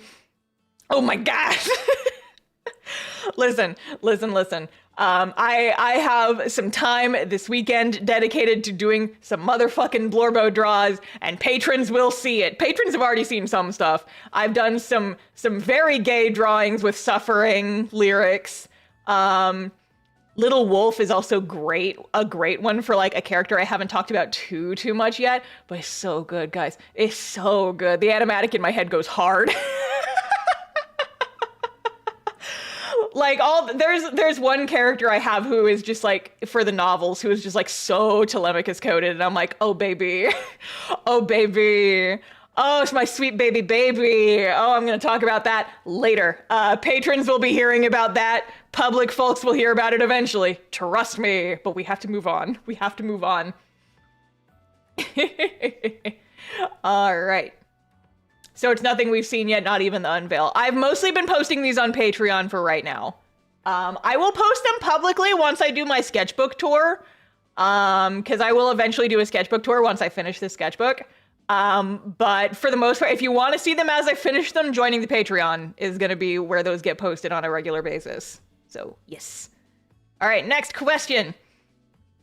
Did you ever worry about not being able to get your stories in front of people? And this is a very interesting question. So the thing about this is kind of a mantra that I had more when my audience was a lot smaller. You know, when you make something, when you make art, when you make stories and you do all this stuff, obviously you want people to read them. You want people to enjoy them. Obviously that is what you want. And you know, a lot of times you can be like trying to get people to read these stories, and sometimes it doesn't work, and it can take a really, really, really long time to build up an audience. And it can take a really long time, and I'm gonna make this metaphor just because I've been replaying this game recently. Building an audience is a bit like rolling a Katamari. You know, like you start off and you're picking up just like one itty bitty little thing at a time. You're picking up like little pencil erasers and little like mahjong tiles and like itty bitty like little paper clips and stuff. You're picking up like maybe like one or two new readers every now and then. Just like by the whims of advertising on social media and doing all this other stuff. And like maybe you'll finally hit the exact keyword that you need to like catch someone's attention and get them to read it.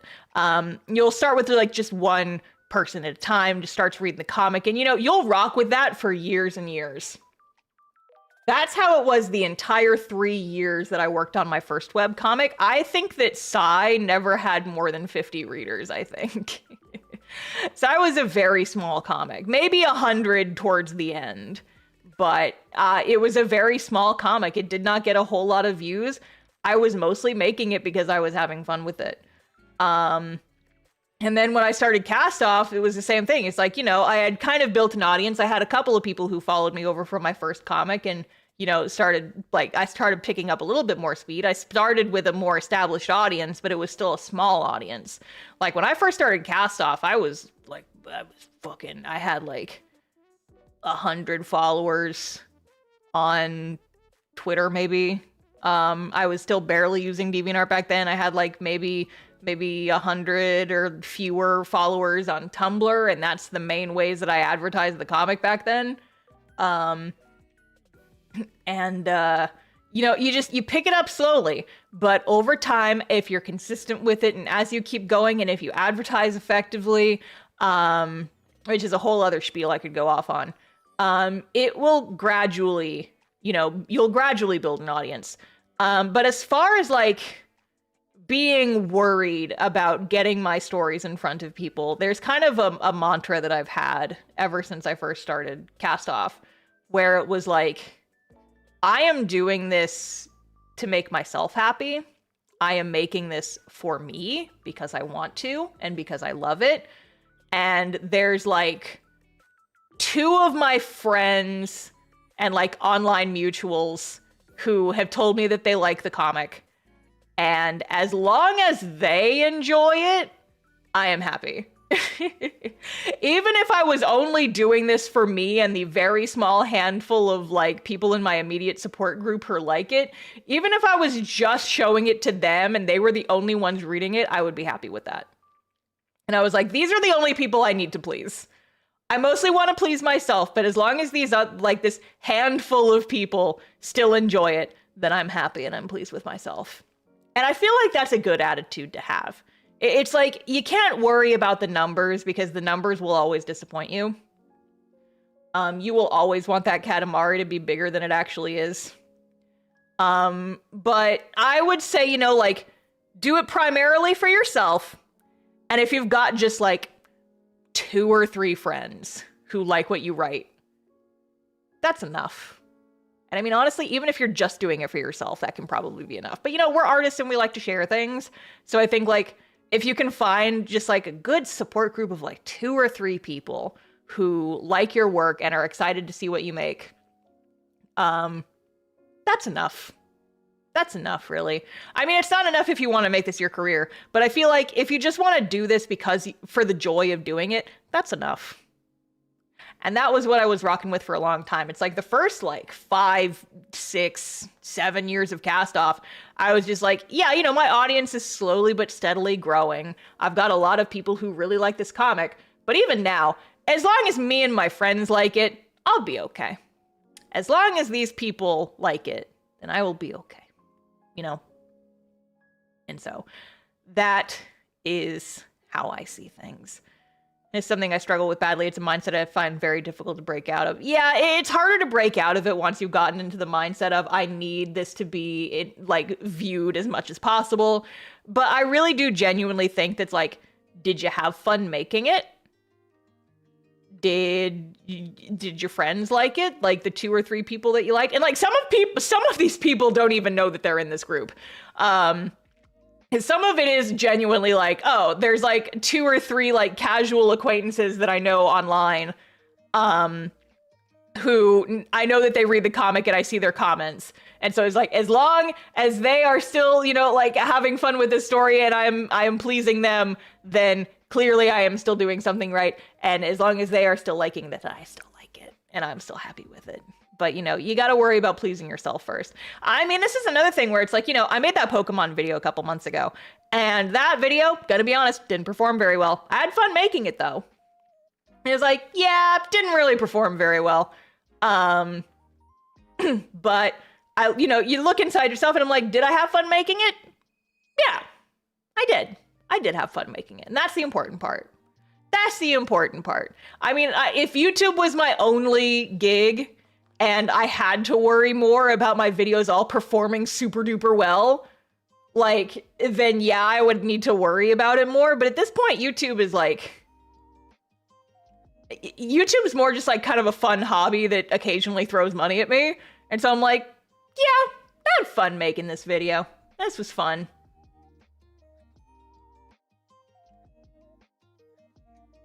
But yeah, all right, let's go to the next one. Boop. Do you schedule specific days or times to work on your comic? Yes, I do.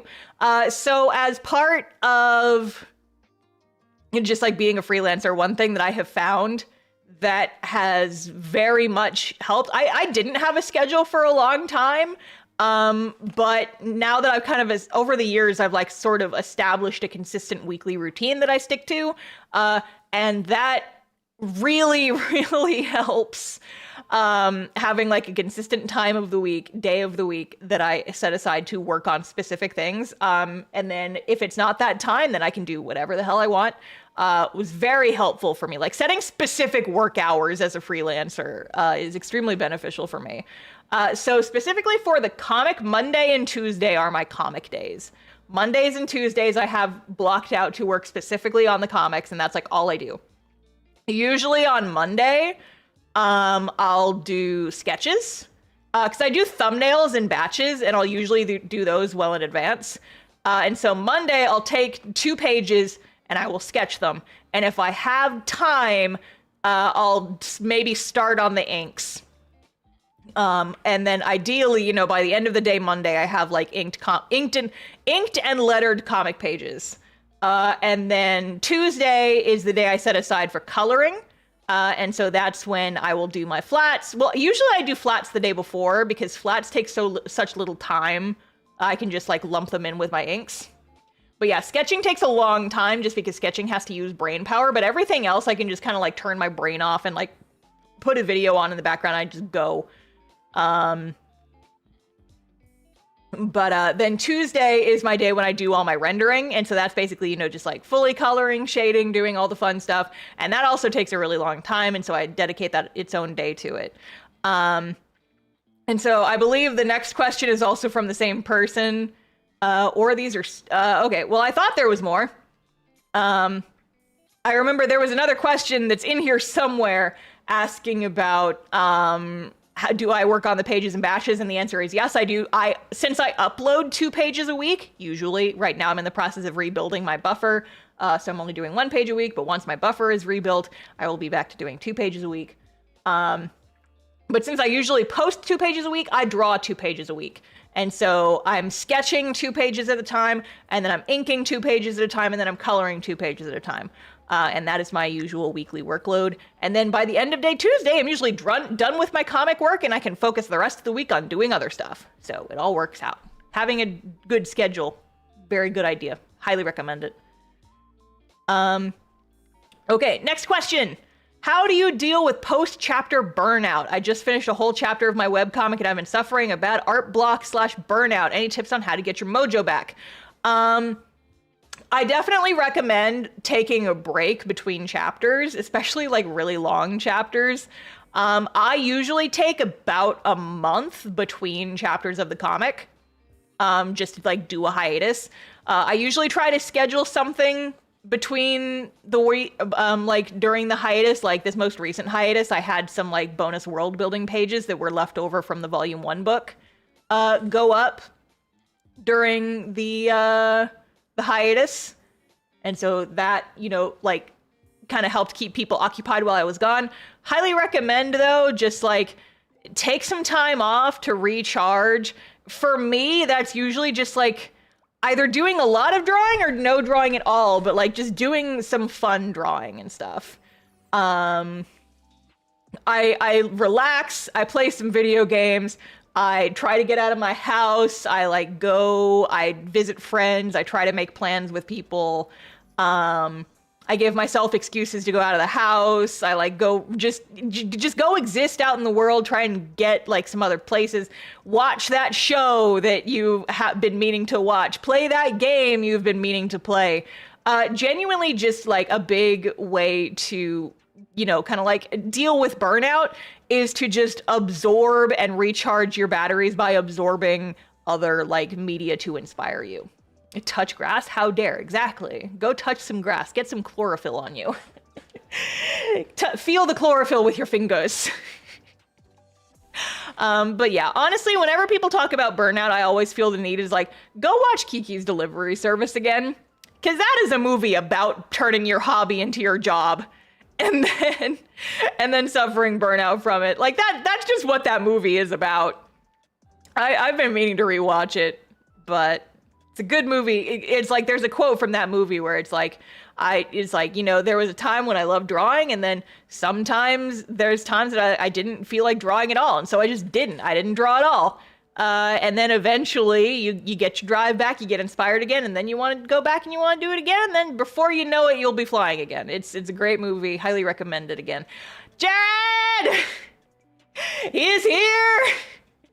Jared Sadewater, thank you for the 10 gifted memberships. I appreciate it. Thank you. If you got gifted a gifted membership, make sure to say thank you. But yes, I'm going to take a sip of water now.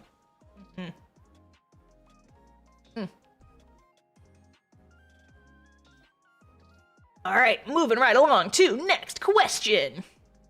Ooh, this is a good one. Okay. Does the idea that people will hate what you create ever deter you? If so, how do you overcome that fear? Yeah. So, I've talked about this on stream before, and I am pretty sure that this was made into a clip that was then posted on my second channel. If you guys want to go find that, that's on TheStarfishface _etc. That's the second channel. Where I kind of talked about like the creative, I think the video is called something like "Don't Sacrifice Your Creative Vision."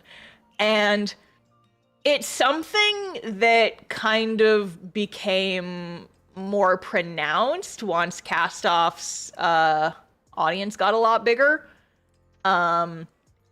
It was something I worried about a lot less when there were fewer eyes on the comic, but now that there are a lot more eyes on the comic, I'm suddenly a lot more conscious of, oh God, people read this.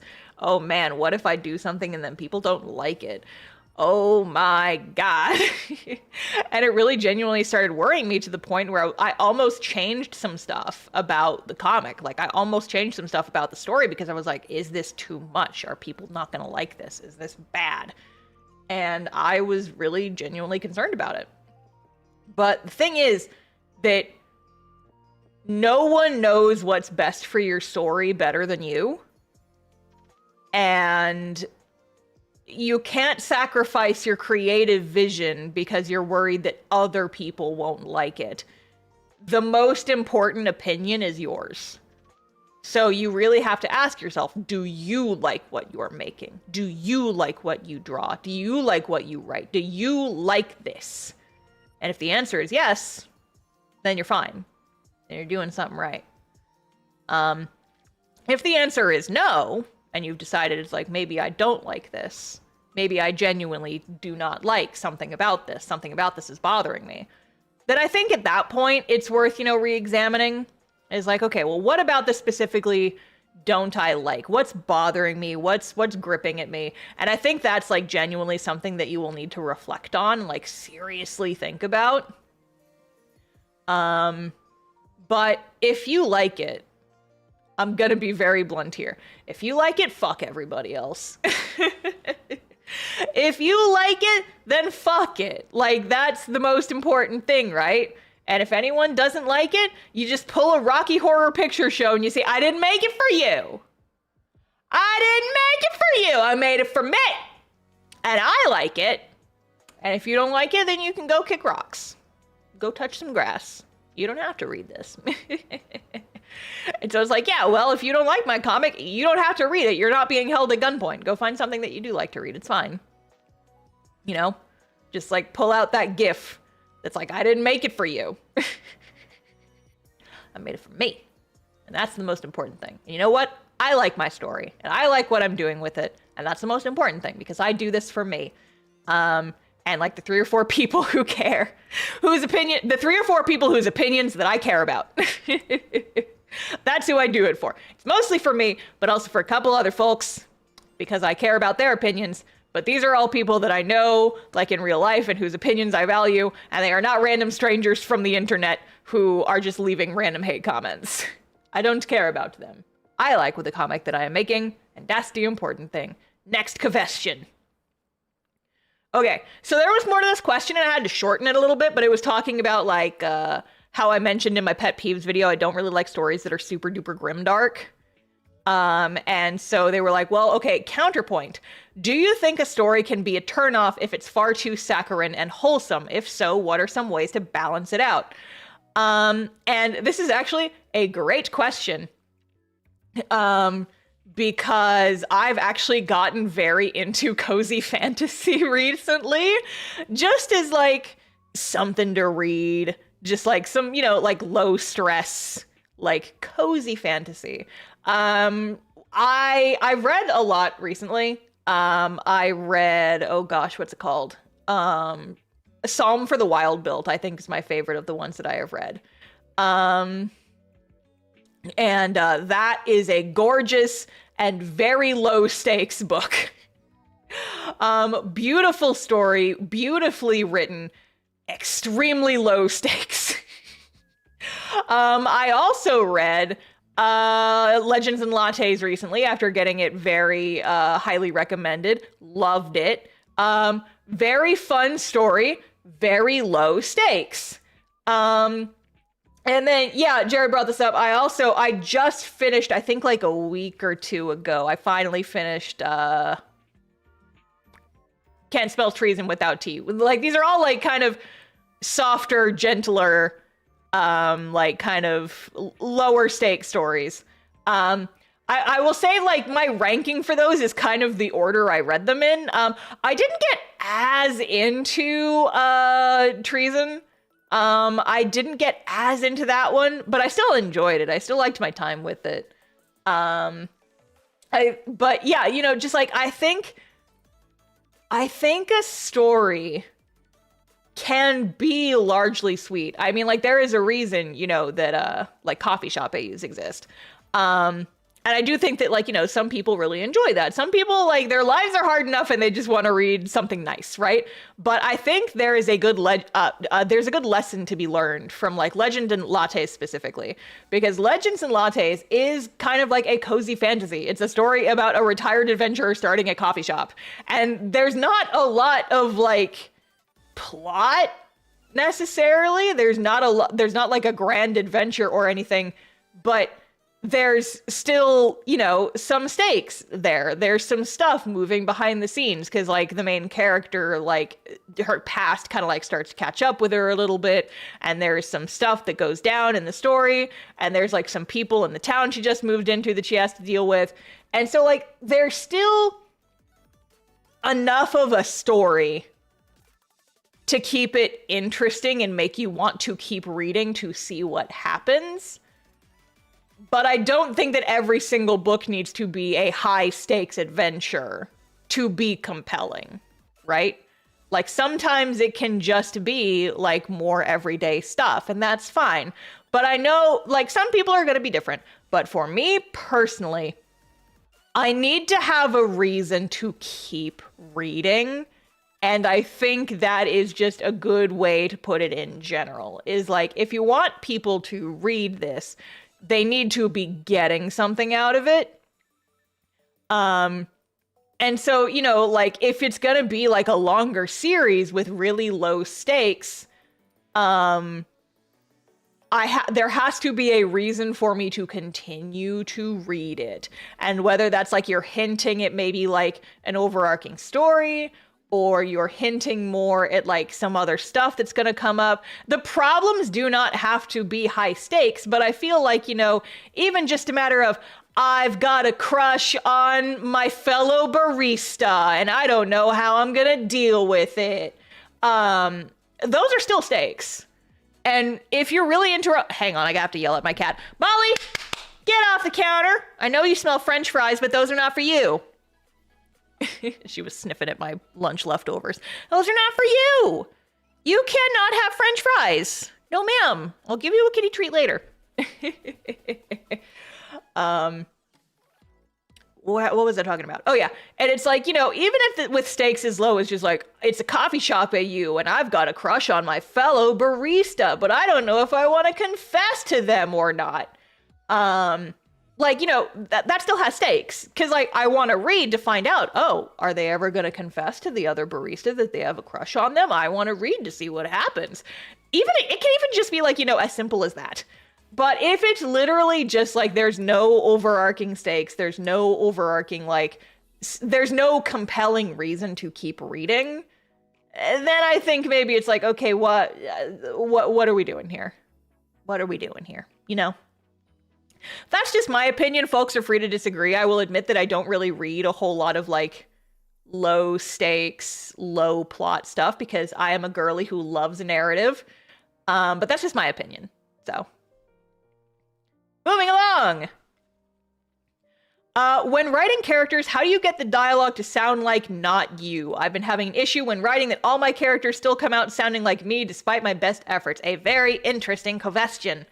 Because I have seen this. There are a couple of comics that I have read in the past where it's like the character who is like kind of this rambunctious teenager talks exactly the same way as like the elderly like mentor figure character. They have the exact same turns of phrases. They have the exact same pace to their dialogue.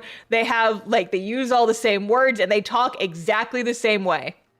And I'm like, this should not be, they should talk differently. And if it's bad enough that I am noticing it, that's kind of when you know it's a problem. My advice for this would just to be pay attention to how people talk.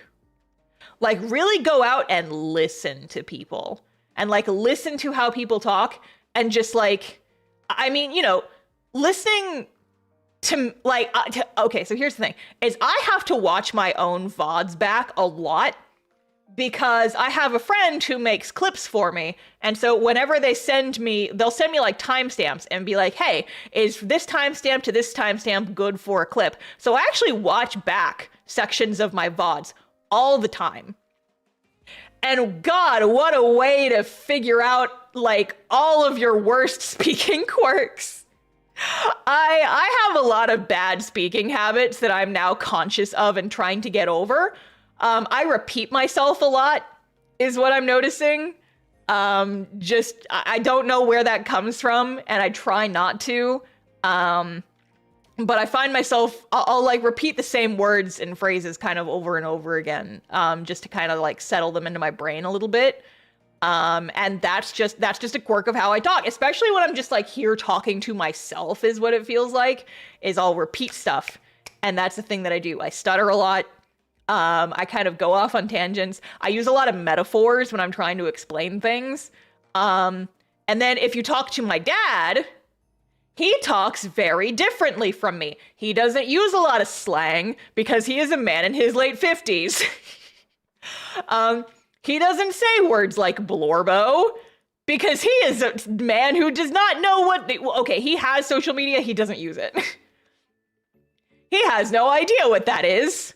And so he's not going to use the same words as me. His brain is not poisoned by the internet. He's not going to say, let's fucking go all the time. And I mean, like, your dialects can change. Yeah, try to get into other people's heads is a good way to do it. But in order to get into other people's heads, I think it's just a good idea to really pay attention to how people talk. Like, really, really focus on, like, the word choice and how they explain things, and if they get caught up in certain things. One thing that really helps me when I'm writing my own dialogue is I set out specific rules for each character based on their personalities, right? And I've talked about this on past videos, but for Vector, for example, Vector is a shy baby who grew up talking to one person, maybe two, but he spent most of his time either talking to himself or talking to his maternal figure. He beats around the bush a lot. He gets very nervous. He stutters a lot. He really likes to think before he says things, and sometimes he can get cut off as a result. He's very nervous, but he's also very smart, and so he knows a lot of words. He has a surprisingly big vocabulary, despite the fact that he doesn't really talk to many people. And so he can be like a little long-winded and sentimental because like that's just kind of how his personality is. And then you take Ariana on the other hand. When I'm writing Ariana, between the first and second draft, I will cut down her talking by at least 50% because my problem is me as a writer, I am a wordy bastard. And so in the first drafts of all of my scripts, all my characters turn into wordy bastards as well. But as characters, they would not be wordy bastards. Ariana specifically is very blunt and to the point. And so when I write Ariana, I'll do, I'll get the first draft out of my head, but then when I'm revising, I will cut down her dialogue tremendously. It's just a matter of like, she is very blunt, she's to the point, and she swears a lot, and she is very like kind of focused on, it's like, okay, let's focus on this thing. And if I don't get what I want, I'm just gonna blah, blah, blah. And so I have rules like that for every single character. Like Marina uses a lot of more like softer language. She's very understanding. She's very gentle. And then Rory is just kind of a little bit of a brat, and she likes to, she likes to say things that are gonna get underneath her skin, unless she's talking to like specifically Marina. She's much nicer to Marina because she likes Marina. And just like setting aside some solid rules for yourself, is in general a good idea. And that is what I would recommend as a start. So yeah, just like, kind of go out and just listen to people. Even just like listening to live streams is good. Just listening to how people talk when they are, not scripted. Just like listen to like the words people use and their little habits and how they kind of fill the gaps in their sentences and stuff. And just, kind of figure out how that's different from you, and just really pay attention to it. And then also when you're writing specific characters, kind of incorporate their personalities into their speaking style and kind of figure out how the two would affect each other, right? Okay, I think we're probably going to be wrapping up here pretty soon because my voice is getting to a point.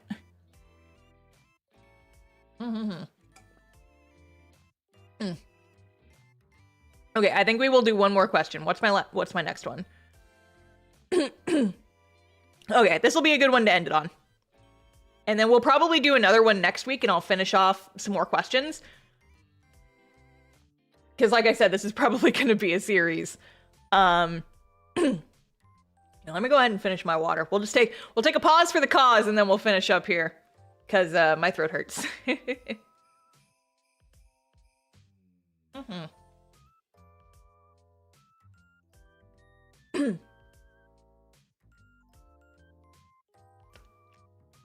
Okay. Next question, and the final question for the night. How do you get people interested in your webcomic / stories? Aside from yapping about it with friends, I always find it hard to get it to catch on outside my friend circle. I have thought very specifically about doing an entire video on this topic specifically. Because, fun fact, I have been doing an experiment on all of you for months now. Because I wanted to figure out the answer to this exact question. And I have been using you guys unwittingly in an experiment this whole time. Because getting people interested in my cast-off characters, all that involves is getting them to read the comic, which is like an entirely different thing. But getting people to just like care about the stuff you make in general, that's an interesting topic. And so what I have found works through lots of experimentation and lots of, just testing, trying, seeing how it works, and going around with it, and testing this myself by using these exact methods and seeing what works well, is honestly being passionate about your characters and being loudly passionate where other people can hear you. So I'll give you a good example with my D&D characters. These are characters whose stories only exist in my head, in the campaigns I play them in, and right now, that's it. I'm in the process of, working on making other stuff with them. And so what I have found works is, people can sometimes get drawn to a character just by how they look. Because if a character has like a really distinctive and interesting design, or if someone really likes your art style, that can be one way of getting them interested in you or in your characters. And you know, that does sometimes work. I know that I have people who I follow who I see their OCs and I'm just like, oh, that's that cute OC that they're always drawing. But I don't really get super invested in those characters because I know nothing about them. And so I'm like, yes, they are cute. They have a cute visual design, but I'm not in any way really like invested in them because I don't know anything about them aside from what they look like. What really gets me interested in a character or a story is seeing what makes them tick. And let me be more specific. I follow a lot of people on like Blue Sky and social media and stuff where they talk about their original characters, but they don't just talk about them. They'll make like little mini stories about the characters. They'll make like little mini comics. They'll post little doodles talking about the characters, and they'll like make stuff with those characters, just like little bite-sized things that you could draw about the characters. And you know, I do this too. I do little sketchbook comics talking about my character stories and like showing moments from our D&D campaigns and just like showing little bits, little tidbits to get people interested. Just little fragments of the story and being like, hey, you see this character? This is what their story is. I found that people can be drawn to a character from appearance, but people get invested in a story.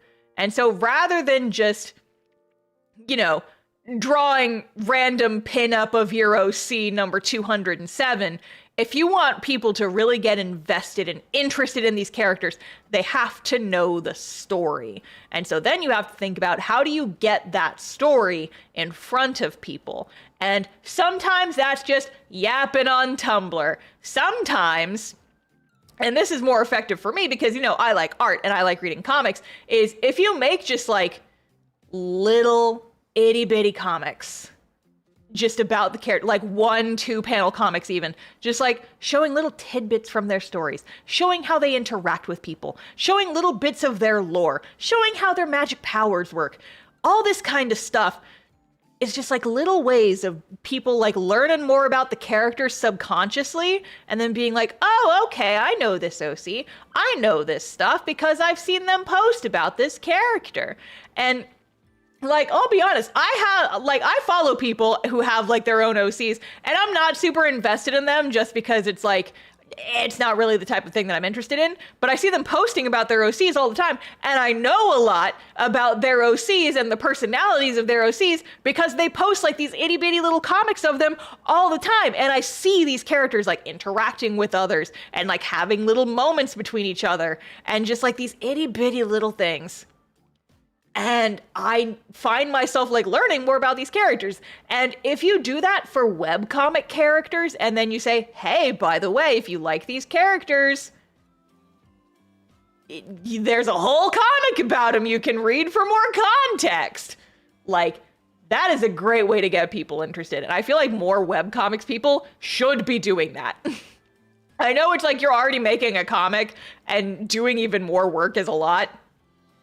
But they don't have to be like high quality. These can be just like little bitty doodles. These can be like little sketchbook comics like the kind that I make. You're just like little bitty bits. Just drip feed people little tidbits of story. And that, I think, is the most important thing to get people invested. People will get interested in a character, they get invested in a story, you know? And whether that's making stuff, another thing that, you know, I've gotten really into and has gotten a lot of people reading my comic, just yapping about it on YouTube. Just like making a video about another topic, but using the topic as an opportunity to yap about my OCs. I've gotten so many people telling me that they're really interested in my D&D characters because I just draw and talk about them on YouTube all the time. That's awesome, because now that I'm going to actually be doing something outside of D&D campaigns with those characters, It's got a built-in audience, baby. I got people on my Patreon who are jumping at the bit for this Lapis novel. I'm like, hell yeah, let's go. Oh, and hey, by the way, just advertising this real quick to the people who are here. I've got a new video coming out sometime next week, probably like Monday or Tuesday. And it's my video about C2E2. It's just like a little vlog talking about the story, or talking about like the story of the con. But I do at the end have like I take a few minutes to yap about the novel in progress because I came up with the idea for it while I was at C2E2. So hey, if you want to hear more yapping about me like developing a novel and some potential stuff that might come out of that, go watch my C2E2 video when it comes out. Wink. I keep forgetting I can actually wink now. Hell yeah. Wink. Wink. Wink.